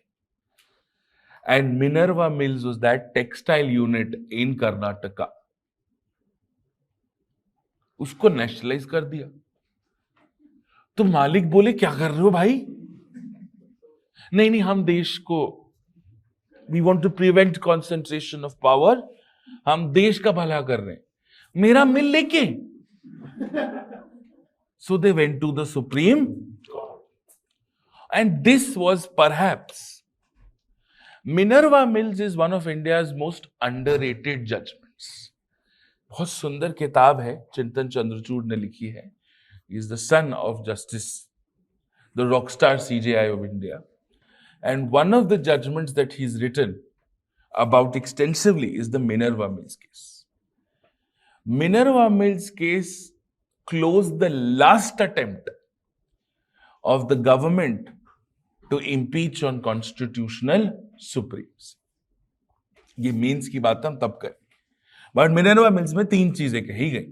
पहला, all fundamental rights are superior to all directive principles except 39B and C superior to 14 and 19. और जितना हो सके उतना harmoniously construct कर. Try to, if you're building a uniform civil code, don't take away religious freedoms. That is called the principle of harmonious construction. Harmonious construction applies to this, and it also applies to federalism. If there is a conflict in a concurrent law, don't choose between the two. Try to exist mutually. ठीक है? थोड़ा सा इसमें evolution हुआ वमन राव में, which is not important for your pre. And a question that has come in the mains is your I.R. Coelho's judgment, which says anything which is in the 9th schedule, even added before the case on Nanda Bharati, can be judicially reviewed if it violates basic structure. That is why the reservation law of Tamil Nadu, which gives you 69% reservation, cannot be judicially reviewed because reservation is not basic structure. ठीक है? Clear? बस अब pre में कुछ आने दो, answer हम कर लेंगे. इसका मेंस एनालिसिस बहुत सुंदर है कि क्या हुआ, क्या नहीं हुआ, क्यों हुआ, ये हम बाद में देख लेंगे. Now are we ready for the real deal? आधा घंटा बैठेंगे. We will solve all questions right here in this class. ठीक है? क्लियर? All questions. अब तक जो सीखा है, जो ट्रिक्स, सब किताब कॉपी बंद कर. किताब कॉपी बंद कर. ठीक है? चलिए. Everybody can see this? ठीक है. क्वेश्चन मैं पूछूंगा, आंसर आप करेंगे. जब तक मैं पूछूंगा नहीं, तब तक आप आंसर नहीं करेंगे। इतना कर लिया, ये चैप्टर क्लोज हो गया, हम प्री दे के आ सकते हैं। ठीक है, कोई जरूरत नहीं कोई मॉक वॉक इधर उधर हाथ पांव मारने की। Other than fundamental rights, which of the following parts of the Constitution of India reflect or reflects the principles and provisions of UDHR? Preamble, DPSP, duties. अब सबसे पहले हम अज्यूम कर रहे हैं कि हमको UDHR के बारे में कुछ नहीं पता, बट इतना जरूर पता है that universal declaration of human rights में राइट्स तो होगा, राइट्स तो होगा ना। अब आंसर कैसे करेंगे? Go back to that parent slide where we had the preamble, rights, duties and DPSP all in the same space, and we saw that they're all correlated, they're all interrelated. तो जो rights में लिखा है वो preamble में भी लिखा हो सकता है, इक्वालिटी लिखा है ना दोनों जगह। तो एक चीज तो क्लियर है कि प्रीएम्बल तो है ही है, यस, ठीक है। राइट्स हैं तो ड्यूटीज हैं, तो ड्यूटीज भी है ही हैं, करेक्ट। एंड राइट्स के अलावा भी कुछ और देना चाहिए, तो DPSP भी। That is how I would have solved this question if I did not know jack about UDHR. I would have gone back to my parent understanding that the preamble, rights, directive principles, and duties are all correlated. Because when this question came in the prelims exam, nobody taught UDHR. I didn't teach UDHR. Now it is very easy for me to say that, you know what, this is the answer. But I have to train you to answer a question where you don't know what the subject matter of the question is. We know that preamble, rights, duties, directive principles are correlated. And we are talking about a magnanimous international document which is trying to recognize all of this, है ना? So I will take an educated guess. I will be liberal with this. And therefore I will answer that all of the three are related. You will have that inkling in your heart. You will have that little bit of a doubt that, sir, how can a rights document talk about duties? But there is nothing called a universal declaration of human duties. And a right cannot exist without a duty. They are correlative to each other. So might as well, yes. Clear? Next question. We will apply language of the UPSC. Strict language. The question is, what was the exact constitutional status of India on 26th January 1950? Not what you think India was. Constitutional status matlab black and white, explicit. According to the Constitution of India, मतलब कहीं लिखा होना चाहिए। So 26 January 1950 को क्या लिखा हुआ होना चाहिए था, right? What were the additions that were made to the preamble? SSI, secularism, socialism and integrity. तो जिस भी ऑप्शन में ये तीन चीजें नहीं है वो correct option. This question will now teach you the formulation of the language.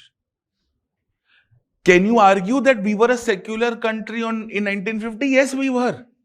Because Article 25 existed. But ये logic नहीं लगाना है। Question आपको बोल रहा है exact constitutional status.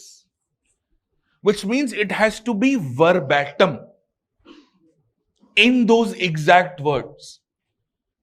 Socialism, secularism, integrity did not exist in the constitution until 1976. बहुत basic black and white question है ये. Clear? Next. Sorry? If it was not the exact constitutional status, and it was still what was the status of India on 26 January 1950, the answer would still be the same. Now, ये ना ऐसे वाहियात ऐसे वाले सवाल बहुत आते हैं कि हमारा इंटेस्टाइन, लंग, ये सब किधर है? Anything poetic is the preamble. Anything poetic, anything, एक बहुत ट्रिक है ये. Anything which cannot be legally defined is an adjective of the preamble. Anything. Mind of the makers, soul of the constitution, है ना? Vision of the makers of the constitution, heart of the constitution is the preamble. Because you cannot define it. But if I ask you, what is fundamental to governance in the country? DPSP. This is clear cut. कि देश को अच्छा चलाने के लिए मुझे क्या करना है? DPSP implement करना. Anything which cannot be legally defined, anything which is open-ended is always a characteristic of the preamble. Everything else is everything else. ठीक है? अब आप करेंगे ये क्वेश्चन. आराम से पढ़िए, आराम से पढ़िए. The preamble to the Constitution of India is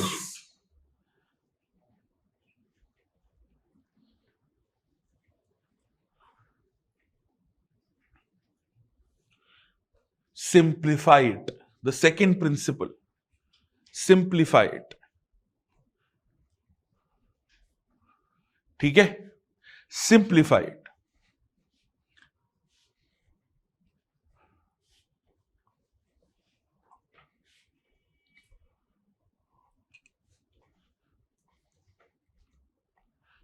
मैं बैठ जाऊं इधर?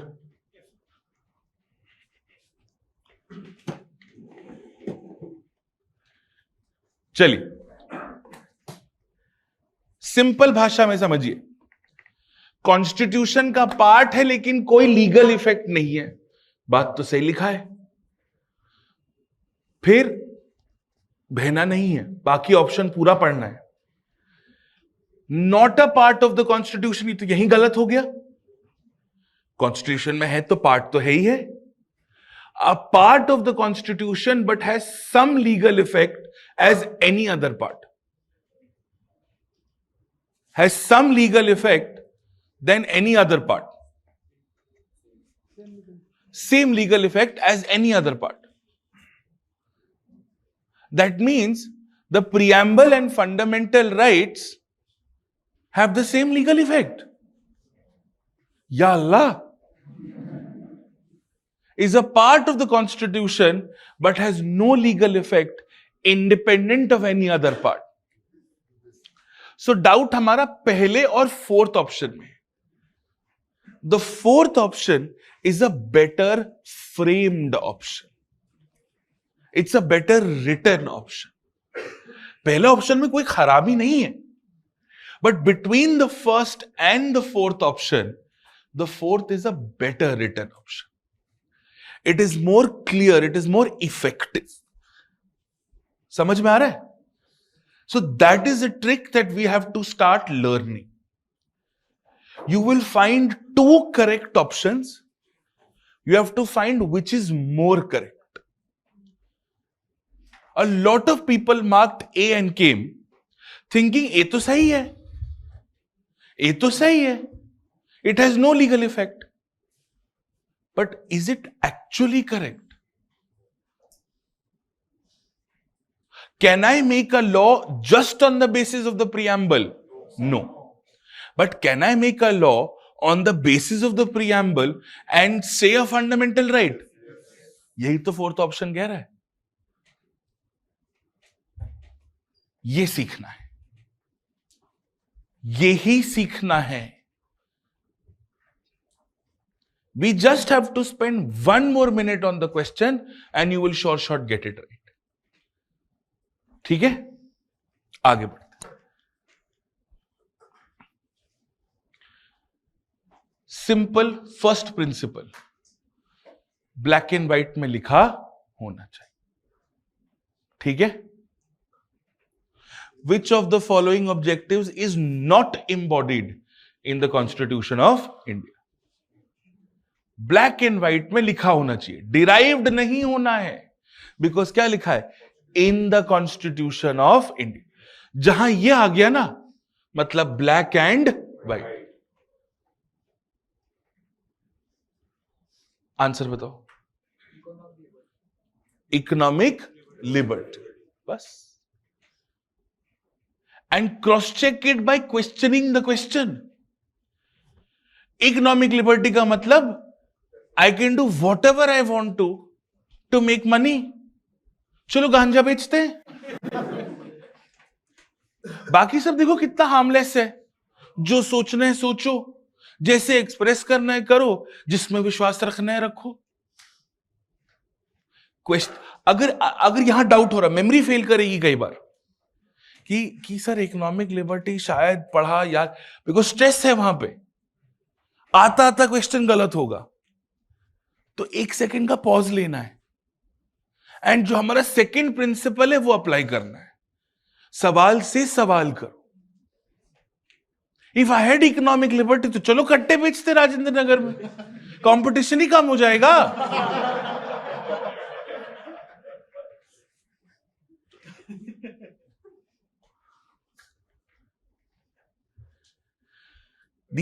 अब देखो, the ideal of a welfare state in the constitution is enshrined in. अब यहां enshrined हो गया ना, मतलब कहां से आपको दिख रहा है. नहीं तो mentioned लिखते, derived लिखते. Enshrined is the idea. Now look for the, यहां proximity वाला लगता है. What is the closest? Preamble में भी होगा वेलफेयर, लेकिन DPSP से ज्यादा नहीं होगा. Which is the closest that comes to welfare. तो बहुत बच्चे कई बार प्रियम्बल मार्क करके आते हैं कि सर वहां सोशलिज्म लिखा था. वहां एक जगह लिखा था, यहां तो पूरी सीरीज चल रही है सोशलिज्म की. भाई ये गलती नहीं कर. ठीक है.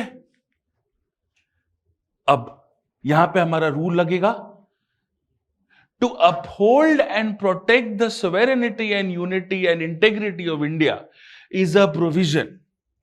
हम करेंगे तो ड्यूटी, सरकार करेगी तो DPSP. तो to uphold and to protect sovereignty and unity of the territory of India,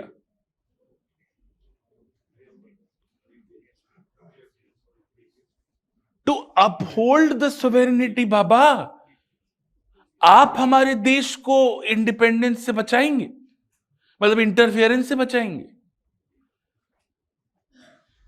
services के बाद आज की बात कर रहा हूं.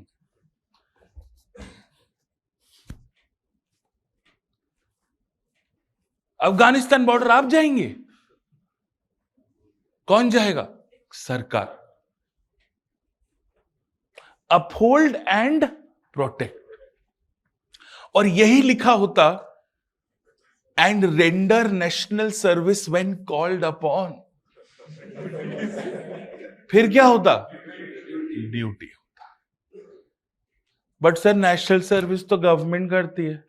अबे उसका काम है, उसका 365 दिन 24 घंटे काम नेशनल सर्विस है. आपका मेरा है, जब बुलाएंगे तब जाएंगे. राइट? नहीं याद आ रहा है, क्रॉस चेक करना है. बना बनाया क्वेश्चन हाथ से नहीं जाना चाहिए.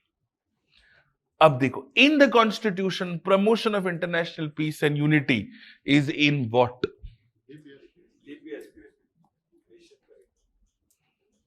डीपीएसपी ना, बस क्लियर, ठीक है। अब जब मैगी में आप मसाला डाल देते, मैगी मसाला तक ठीक है, आजकल ये देखा है आपने दहशतपना कि गुलाब जामुन डाल रहे हैं मैगी में। ये these food bloggers have ruined food.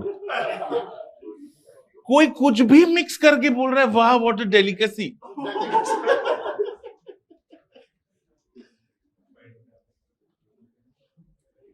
अब ऐसे क्वेश्चंस कैसे सॉल्व करें?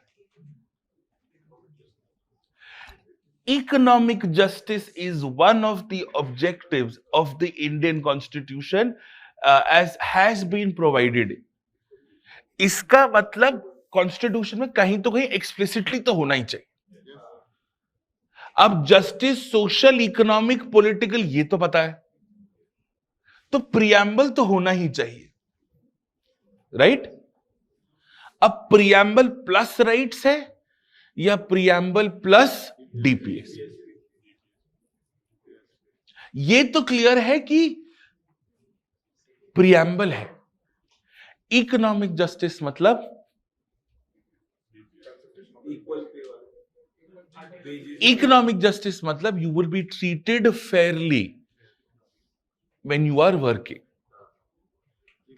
फंडामेंटल राइट तो ये बोलता है आपको काम करने की आजादी। सरकारी काम करना चाहते हो तो अनइक्वली ट्रीट नहीं करे। आपकी इंफोसिस में नौकरी है और वो आपको 3.5 रुपया महीना दे रहे हैं, you can't come to court, sir equal pay नहीं है सर, वो आईआईटी वाला को 10 रुपया दे रही, right? We will try our level best that everybody gets a fair opportunity to work, gets equal pay for it. तो ये कहां होगा? डीपीएसपी। आते हुए क्वेश्चन गलत नहीं करने। A lot of people interpret economic justice as नहीं, it is the freedom to work and it is under Article 19 Clause G, so this should be the answer. No. Economic justice is to be treated fairly in economic matters. Fundamental rights is about only the state. This is about treating with economic matters everywhere. Right? Bas. Next, in the context of polity, which one would you accept as the most appropriate definition of liberty? सवाल से सवाल करो। हाँ, सवाल से सवाल करना है। एनसीईआरटी पढ़ी है तो रटा होगा, रटा भी होगा तब भी भूलोगे। उस इनके जवाब वो पॉलिटिकल थ्योरी टेक्स्ट बुक 1 में है, वो वहीं से UPSC as it is verbatim उठा के छापता है। क्वेश्चन देखिए, protection against the tyranny of political rulers, absence of restraint, opportunity to do whatever one likes and opportunity to develop oneself fully. हमने क्या पढ़ा था कि लिबर्टी पॉजिटिव है और नेगेटिव है। पॉजिटिव लिबर्टी मतलब maximum self development, negative liberty मतलब एब्सेंस ऑफ इंटरफेरेंस, करेक्ट? तो इसके हिसाब से the closest we are getting is option D. हम विद डेवलपिंग पॉजिटिव है, अच्छी बात है, बेहतर इंसान बन रहे हैं, एंड इसको क्रॉस चेक करके वेरीफाई करो यहीं पे that there is no tyrannical rule, that does not necessarily mean there is liberty. अच्छे अच्छे देशों में खराब खराब कानून भी होते हैं, सेडिशन। दूसरा, एब्सेंस ऑफ रिस्ट्रेंट्स, कि कोई रोक टोक नहीं, जो करना है करो, कोई कुछ नहीं रोकेगा। ये कंफ्यूजिंग ऑप्शन है। बट अगर कोई कुछ नहीं रोकेगा, जो करना है करो, then somebody else in their private capacity can stop you from doing something. Absence of restraints is absence of restraints from the government. अगर कोई भी रोक टोक नहीं है, कुछ भी नहीं है, तो ट्रैफिक सिग्नल नहीं है, को कहीं भी गाड़ी निकाल के कोई भी जा रहा है, फंसे ना जैम में, कौन सी liberty? Third, opportunity to do whatever one likes. चलो, तो सेफेस्ट आंसर क्या हुआ? D.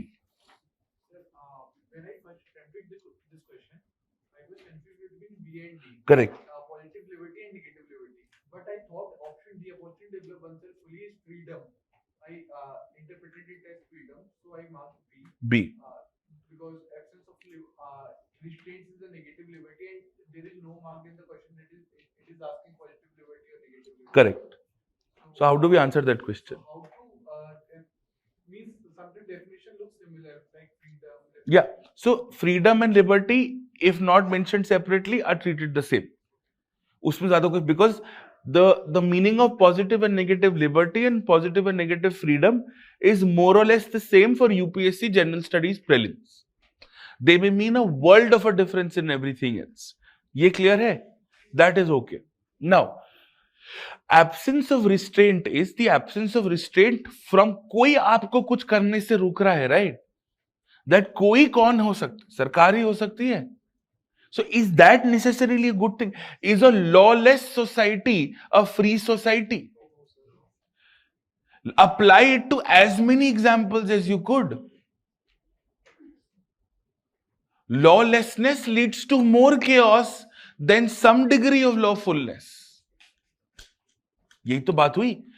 Absence of restraint is lawlessness. तो जो हमारे नक्सलिज्म वाले इन्फेस्टेड एरियाज हैं, where we are not able to enforce our law, it is essentially a state of lawlessness. So people who are living in those Naxal infested areas, are they essentially free people? No. कोई बेचारा वहां पे रहता है, उसकी एक छोटी सी कुटिया है, वहां सरकार नहीं है, एडमिनिस्ट्रेशन नहीं है, नक्सलवादी आके बोलते हैं आपको ये करना है, आपको हमको ये देना है, आपको हमको रखना है. वो फ्री हुआ क्या? नहीं. जितना कट्टर से कट्टर एग्जाम्पल सोच सकते हो वो सोचो. अगर वो भी सेटिस्फाई नहीं हो रहा है तो ऑप्शन गलत है. In questions like these, because these are problem questions, the simplest and the most crude form must be justified in the option. अगर वो नहीं है तो ऑप्शन गलत है. यहां इंटेलेक्चुअली नहीं सोचना है, यहां बेसिक सोचना है. Yes please.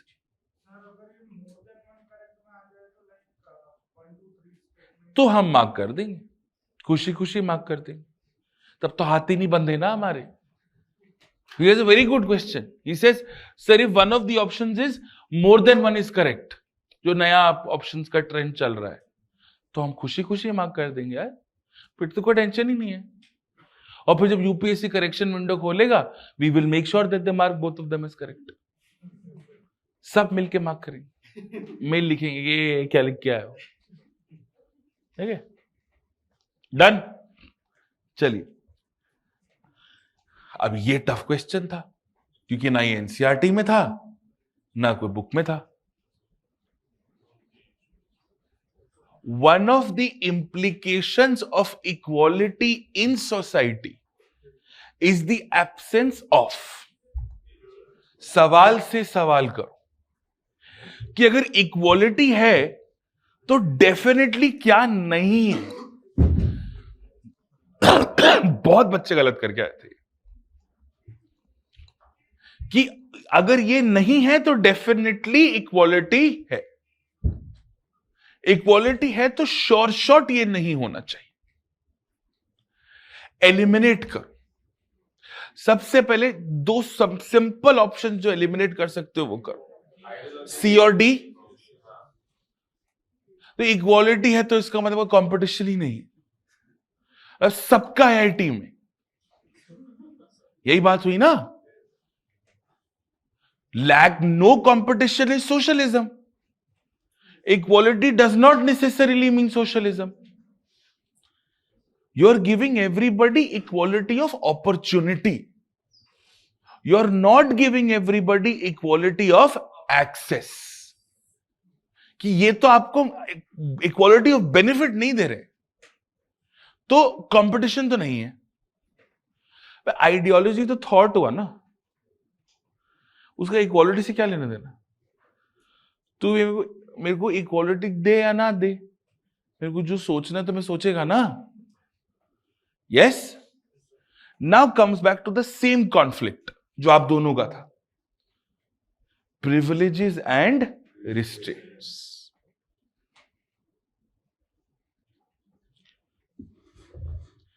Privileges and restraints. आप में से कितने लोगों को लगता है with a raise of hands the answer should be privileges? आप में से कितने लोगों को लगता है रिस्ट्रेंट्स? गुड। रिस्ट्रेंट लगता है तो क्यों लगता है?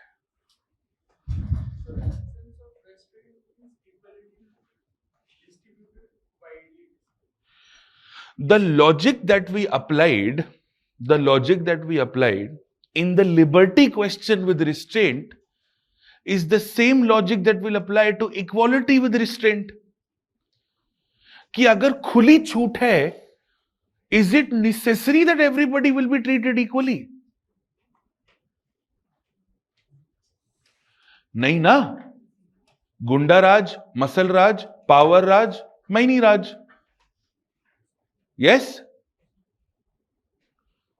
जब खुला राज है तो लिबर्टी नहीं है, तो इक्वालिटी कहां से आ जाए? प्रिविलेज क्या हुआ कि किसी को हम स्पेशल ट्रीटमेंट दे रहे हैं कि तुम पे हम कानून लगाएंगे ही नहीं, तुम ठोको जिसको ठोकना, जिसको तुमको एनकाउंटर करना है तुम करो, तुमको इम्यूनिटी है। इक्वालिटी के क्या प्रिंसिपल्स है? इक्वालिटी बिफोर लॉ ना, वायलेट नहीं हो जाएगा अगर प्रिविलेज दे दिया तो। रूल ऑफ लॉ के 3 प्रिंसिपल्स हैं, absence of arbitrary exercise, equality before law and supremacy of judiciary और सुप्रीमेसी ऑफ जुडिशियल रिव्यू और सुप्रीमेसी ऑफ लॉ। तीनों फिट बैठ रहा है प्रिविलेजेस। तो मेरे हिसाब से भाई इसका आंसर ये होना चाहिए।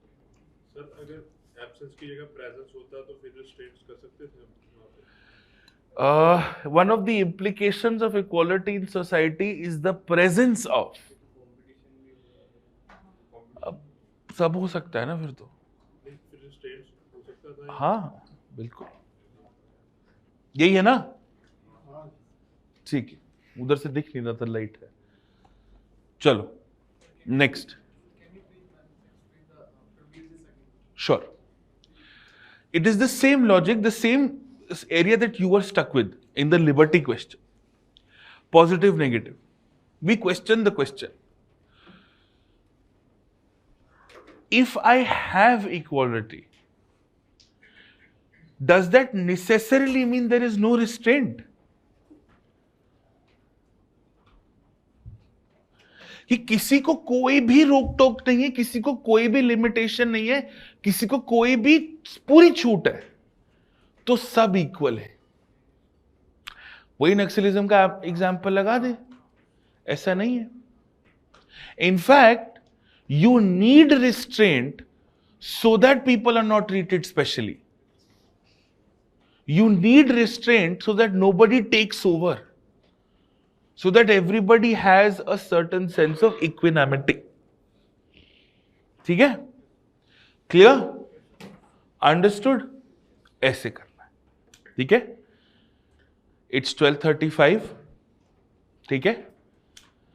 On your drive, you have all the questions with you. ठीक है? ये मैं अभी अपलोड करता हूं 1 सेकंड के अंदर। ठीक है? You will have this with you. थोड़े और ट्राई कर लें? है ना, अगर कोई प्रॉब्लम ना हो तो थोड़ा सीखेंगे, बेटर ही है, ठीक है। अब ये देखो, ये तो हमने क्लास में ऑलरेडी डिस्कस किया था, यस, ठीक है। अंडर द इंडियन कॉन्स्टिट्यूशन, मतलब कॉन्स्टिट्यूशन के अंदर डिराइव होगा, concentration of wealth violates what? We have to look at the closest. यहां proximity rule लगेगा, which is the best meaning of each of these. Under the Indian Constitution, the concentration of wealth violates what? Equality, DPSP, freedom and concept of welfare. Under the Indian Constitution है, constitution के अंदर कोई concept लिखा है? Clear cut legal definitions है ना। So the concept of welfare is contradictory to the first 3 words of the option, that under the constitution welfare is a concept. Under मतलब under something होगा ना, preamble, right, DPSP duty. It cannot be the concept of welfare because it is a concept. ये confuse करने के लिए option दिया था। Concentration of wealth is under the concept of welfare is the definition of concentration of wealth. And prevention of concentration of wealth is a concept of welfare. एकदम शांत ठंडे दिमाग से सोचना है। सो हमारे पास प्रीएम्बल है, डीपीएसपी है और राइट टू फ्रीडम। इसमें से क्या 100% नहीं है? कॉन्सेप्ट ऑफ वेलफेयर नहीं है। क्या नहीं है? Right to freedom. Right to freedom क्या बोलता है? आर्टिकल 19 ना, वहां कहां लिखा है वेलफेयर? वहां तो लिखा है जो करना है करो। उससे कॉन्सेंट्रेशन ऑफ वेलफेयर कहां जा रहा है? In fact the right to freedom is the opposite of concentration of wealth. जो करना है करो, इंडस्ट्रियलिस्ट बनो, you will be concentrating wealth ना। Remember I told you, look for contradiction. Option number C is contradictory. Option number C is facilitating concentration of wealth. आप चाहो तो कर सकते हो। अब क्या बचा? Preamble and DPSP, sorry, equality and DPSP. Concentration of wealth again is contradictory to equality. If everybody was equal, तो concentration of wealth कहां से हो पाता? एक के पास होता है, एक के पास नहीं होता ना। क्या बचा? डीपीएसपी। अगर डाउट हो, 39BC याद नहीं आ रहा हो, कॉन्सेंट्रेशन ऑफ वेल्थ कॉन्स्टिट्यूशन में prevention of concentration of wealth है। Socialism starts and ends with DPSP. ये भी क्वेश्चन था जो काफी लोगों ने उस टाइम पे गलत किया था। Right, what is the position of right to property in India? ये हमने डिस्कस कर दिया था। It's right available to any person, so the answer is legal. अगर ये लिखते constitutional right available to any person, तब भी सही होता। ठीक है, प्लीज। एनिमी एलियंस भी आएंगे, उनको किसने रोका है? हाँ बिल्कुल, 100%। एनिमी एलियंस को सिर्फ प्रिवेंटिव डिटेंशन लॉ नहीं दे, फंडामेंटल राइट्स प्रोटेक्टेड है ना। चलो ये तो बता दो भाई, मेरी इज्जत रख लो। Right to privacy under 21। देखो मैंने क्या बोला था, 19 भी है, 21 भी है, बट व्हाट इज क्लोजेस्ट? 21। 21 है तो 19 है। क्लियर? बहुत बच्चे 19 मार्क करके आए थे कि how I express myself is a private matter. So एक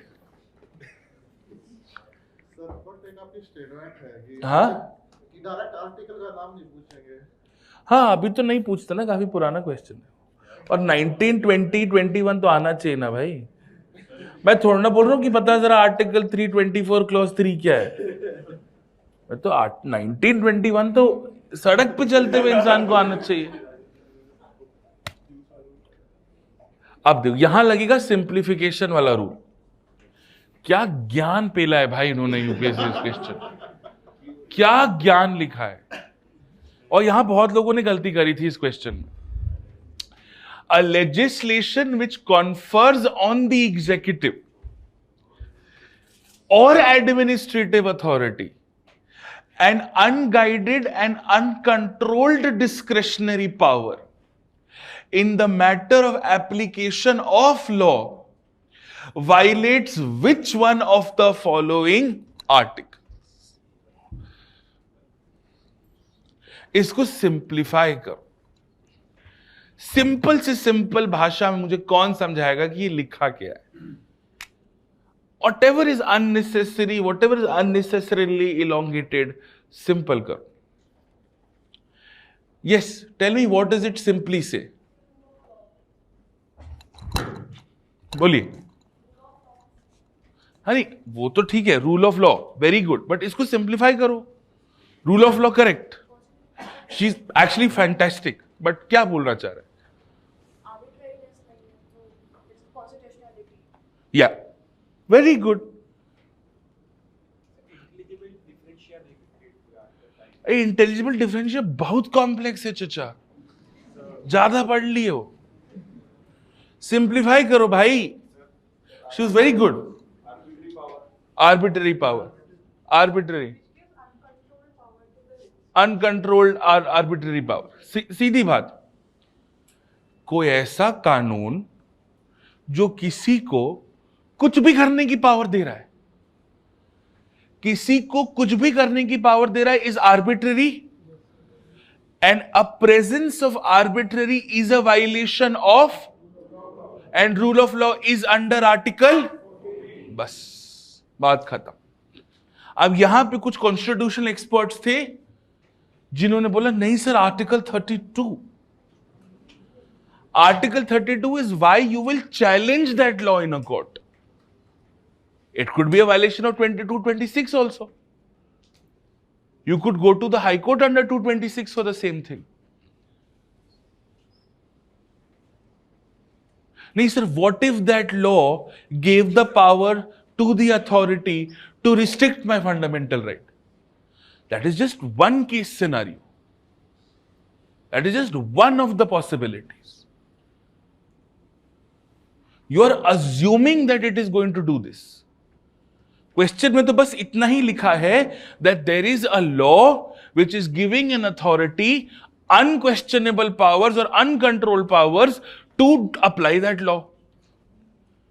मतलब पीएमएलए में ईडी को अंधी पावर दे दी कि जिसको उठाना है उठा लो. तो क्या वायलेट हुआ इन चारों में से? 14. यही हुआ ना. जब क्वेश्चन समझ में नहीं आए तो apply to a real time scenario. PMLA में ईडी को अंधी पावर दे दी, जिसको उठाना है उठाओ.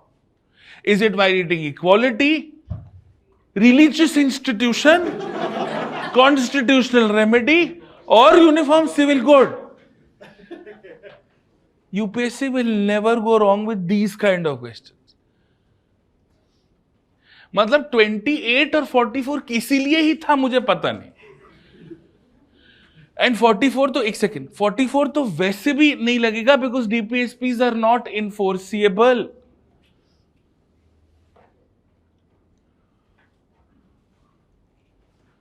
ठीक है. You cannot challenge a law because it is violating DPSPs. You can challenge. Can the government make a law to implement a DPSP? Yes. Can you challenge a law because it's violating a DPSP? No आप कुछ पूछ रहे थे।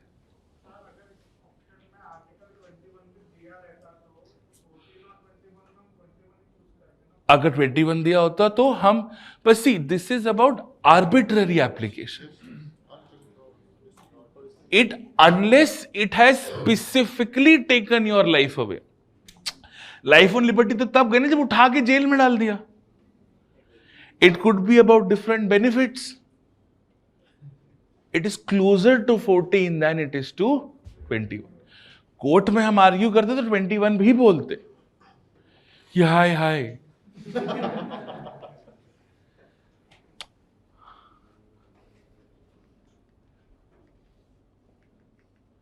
Okay. Which of the following categories of fundamental rights incorporates protection against untouchability as a form of discrimination? यहां अक्ल लगानी नहीं है, यहां फॉर्मेलिटी दे दिया है. Which of the following categories लिख दिया है. But no sir, it has implications. मैंने क्या बोला था? Exploitation is an instrument of equality. Untouchability is an instrument of equality. It is not an instrument of exploitation.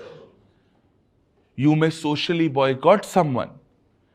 Does not mean कि आप उससे बिना मन के, बिना पूछे गलत काम करा रहे और पैसा नहीं दे रहे. आप तो उसको बोल रहे हो कि घर में मत आना मेरे. वो भी गलत है कि मेरी प्लेट से नहीं खाना खाना या मेरे कुएं से नहीं पानी पीना. वो अलग बात है कि आपको उसी कुएं में डूब के मर जाना चाहिए, वो अलग बात है. ठीक है, चलिए.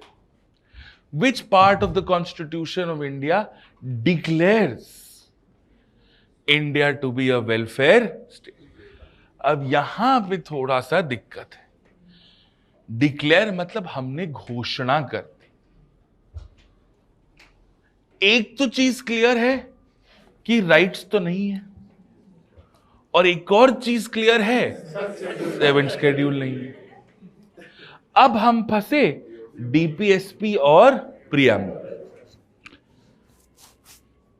Because Preamble says India should be a socialist country and socialism मतलब welfare. तो हमने डिक्लेयर ऐलान कर दिया कि हम वेलफेयर. अब यहां पे भी हम वही लॉजिक लगाएंगे. Preamble declares India to not just be socialist, but secular, but sovereign, but democratic, but republic. DPSP का एक ही काम है, socialist. So this is another important learning from your previous year papers. If two provisions are talking about something similar, look for the provision which is only or mostly talking about it. It's a very important deduction. Because technically आप अपनी जगह सही हो, फिर आप counter करो, sir question में only तो नहीं लिखा है. अगर ओनली लिखा होता तो DPSP होता. And this is why we look at the previous answers and we understood कि नहीं, यूपीएससी यहां इंप्लाइड यही है. UPSC framing is not the best, but हमारी जिंदगी वहीं शुरू होती है और वहीं खत्म. ठीक है. नाउ ये हो गया था. अब देखो ये भी कितने प्यार से हो जाएगा. If you see this question, with reference to the provisions contained in part 4 of the Constitution, which of the following statements is or are correct? They are enforceable by court, they are not enforceable by court. अब या तो एक सही होगा या तो दूसरा सही होगा. 1 and 2 ना हो सकता ना ऑप्शन में लिखेंगे. इतने भी बेवकूफ नहीं समझते आपको. But always look for these kind of contradictions. The principles laid down in this part are to influence the making of laws by the state. 3 तो सही है ही है. And UPSC has given you a hidden hint in this question. यहां लिखा है part 4, गलती से आपको याद ना आए पार्ट 4 क्या है, तो यहां प्रिंसिपल्स लिख दिया है option 3, which means they are talking about directive principles only, कि वो स्ट्रेस हो गया, वो एकदम से ब्लैकआउट हो गया, कि 4A में कंफ्यूज हो रहे हैं कि 4A ड्यूटी था या 4 DPA। कई बार होता है, मेरे साथ भी होता है, आज भी होता है, कोई बात नहीं। तो यहां पे you derive your conformation. So are DPSPs enforceable by court? Are DPSPs enforceable by court? No. Can enforceable in a court or enforceable by court का क्या मतलब हुआ? That they can force you to implement a DPSP or you can challenge the government for not implementing a DPSP in a court. नहीं कर सकते ना। Option क्या हुआ? D, 2 and 3। हाँ, which article of the Constitution of India safeguards one's right to choose the person of one's choice? मैंने क्या समझाया था? कुछ नहीं लगे तो 20। अब यहां पे आर्ग्यूमेंट मेरे को नहीं चाहिए, sir, but if you are marrying somebody, it is expressing. Article 19 में बहुत सी चीज लिखी है भाई, union, association, movement, residents, travel, work, which is why Article 19 cannot be it. Very rarely can an answer to a question be Article 19, and the UPSC never mentions sub-clauses, because Article 19 in itself is nothing. 19(1) A, B, C, D, E, G. So by that elimination you can automatically get this out. Article 19 तो कुछ भी नहीं है। 19(1) A, B, C, D, E, G. How is the right to marry a fundamental right under the right to work? I understand marriages are a lot of work, but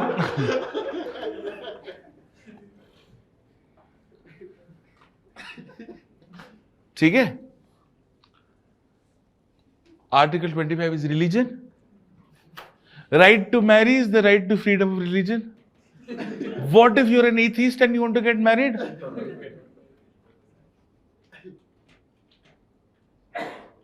अगर ऐसा होता तो special marriage act क्यों बनाते?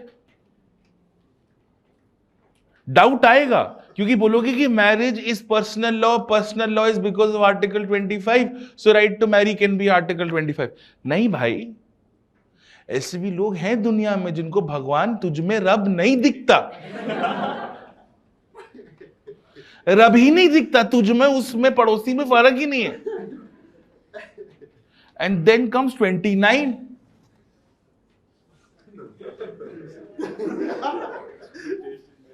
Right to marriage is a minority right. I wish.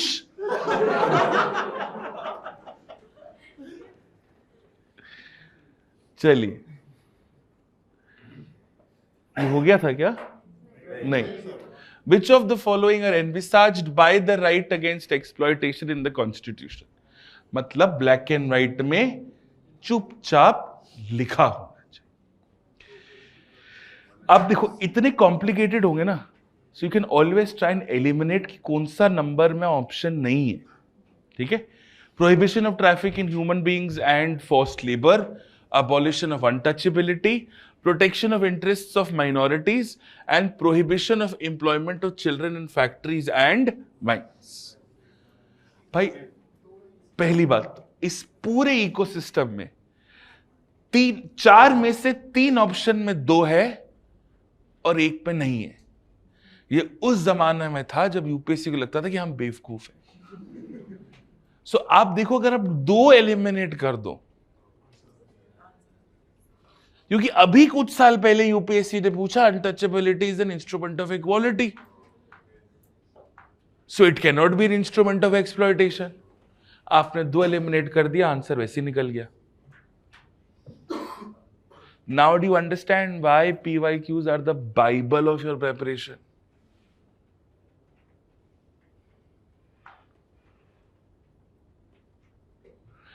and protection of interest of minorities, you are assuming that minorities are being exploited.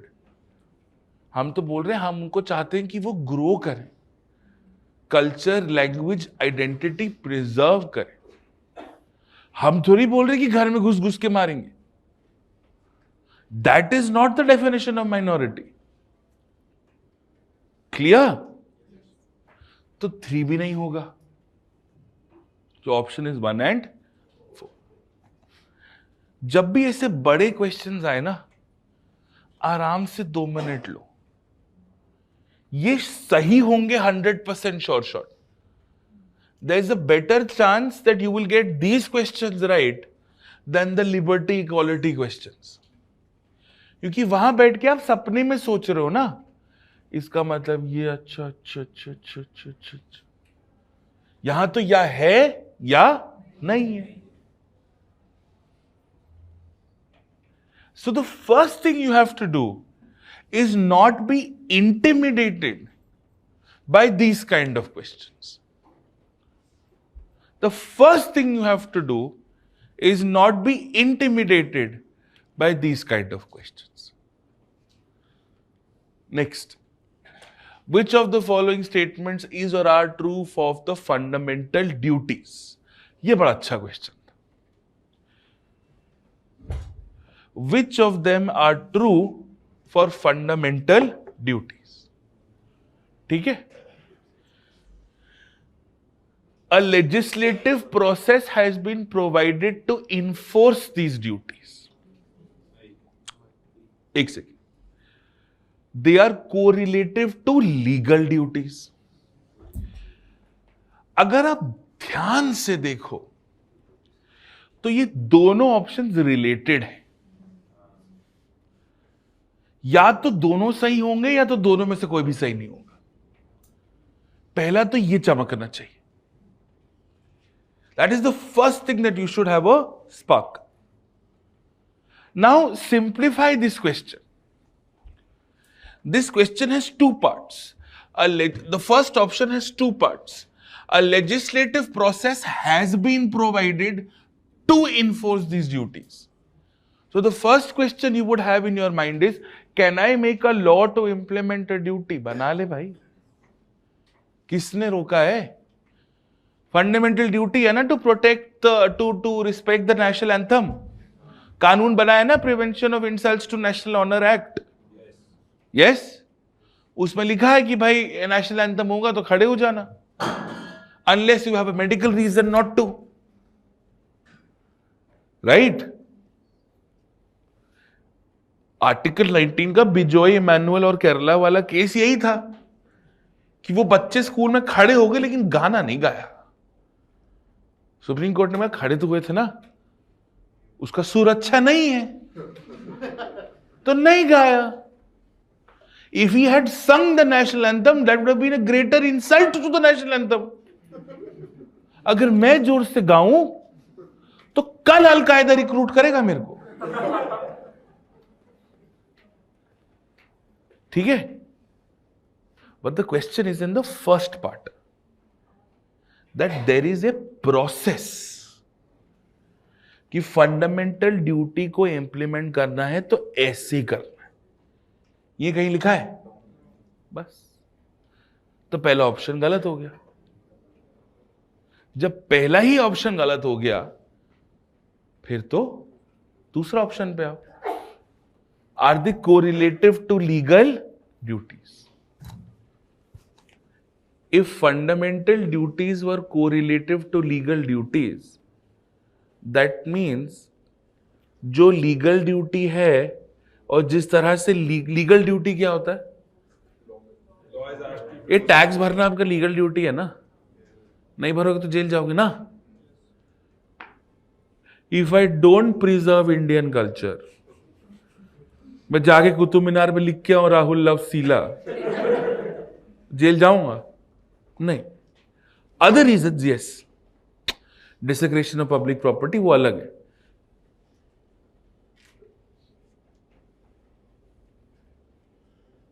It is वे compassion for living creatures. but it is my legal duty to not indulge in poaching of wildlife. Are they correlative?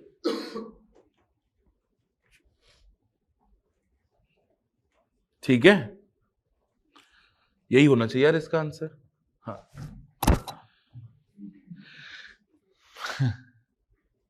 Sir इसमें जो B option है sir, क्योंकि fundamental duty space आ रही, तो sir उसमें हमें किसी एक में भी लूपहोल ढूंढना है. वो सबके लिए मेरे को लगा था सर ये क्वेश्चन पढ़ के कोरिलेटिव का मतलब कि किसी एक ड्यूटी से भी अगर हम रिलेट नहीं, ये यूनिवर्सली ट्रू होना चाहिए. नहीं तो आप ओवरऑल स्टेटमेंट ही नहीं मार सकते. Did you understand what I did? I related it to an example. कि मेरी लीगल ड्यूटी क्या है भाई इस देश में? टैक्स भरना ना, ठीक है. A legal duty is the same thing as any legal obligation. It is my legal duty to not commit murder. है ना, मेरी जिम्मेदारी है कि मैं आपका खून ना करूं.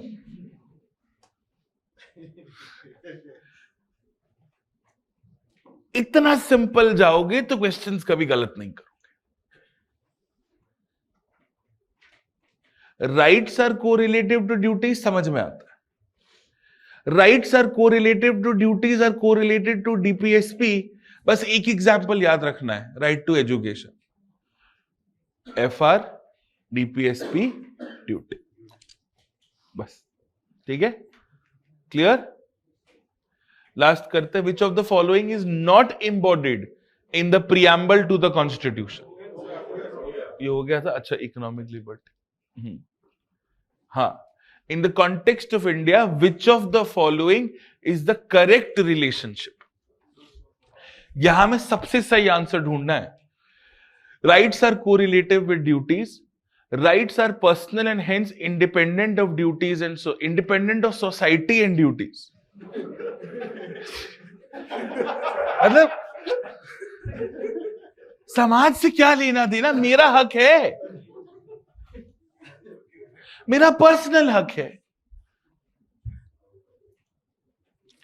Rights not duties are important for the advancement of the personality of Indian citizen. कि हम अच्छे तभी बनेंगे अगर हमारे पास राइट्स हो. ड्यूटी से क्या ही लेना देना. टू डिवेलप साइंटिफिक टेम्पर, उससे क्या ही होगा. Rights not duties, sorry duties not rights are important for the stability of the state.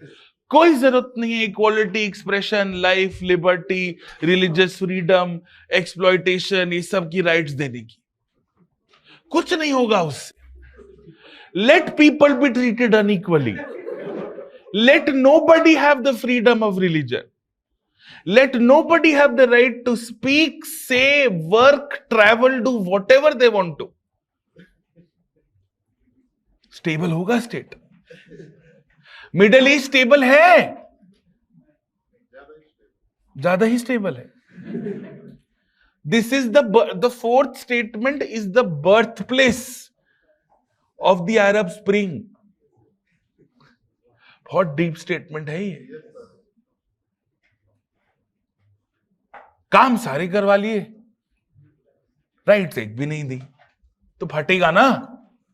बस, तो इन सब में एलिमिनेट करके क्या बचा?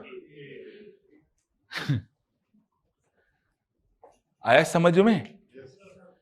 जितना ठेठ, जितना बेसिक, जितना ग्रासरूट होके क्वेश्चन सॉल्व करोगे, those are the chances of you getting your questions right.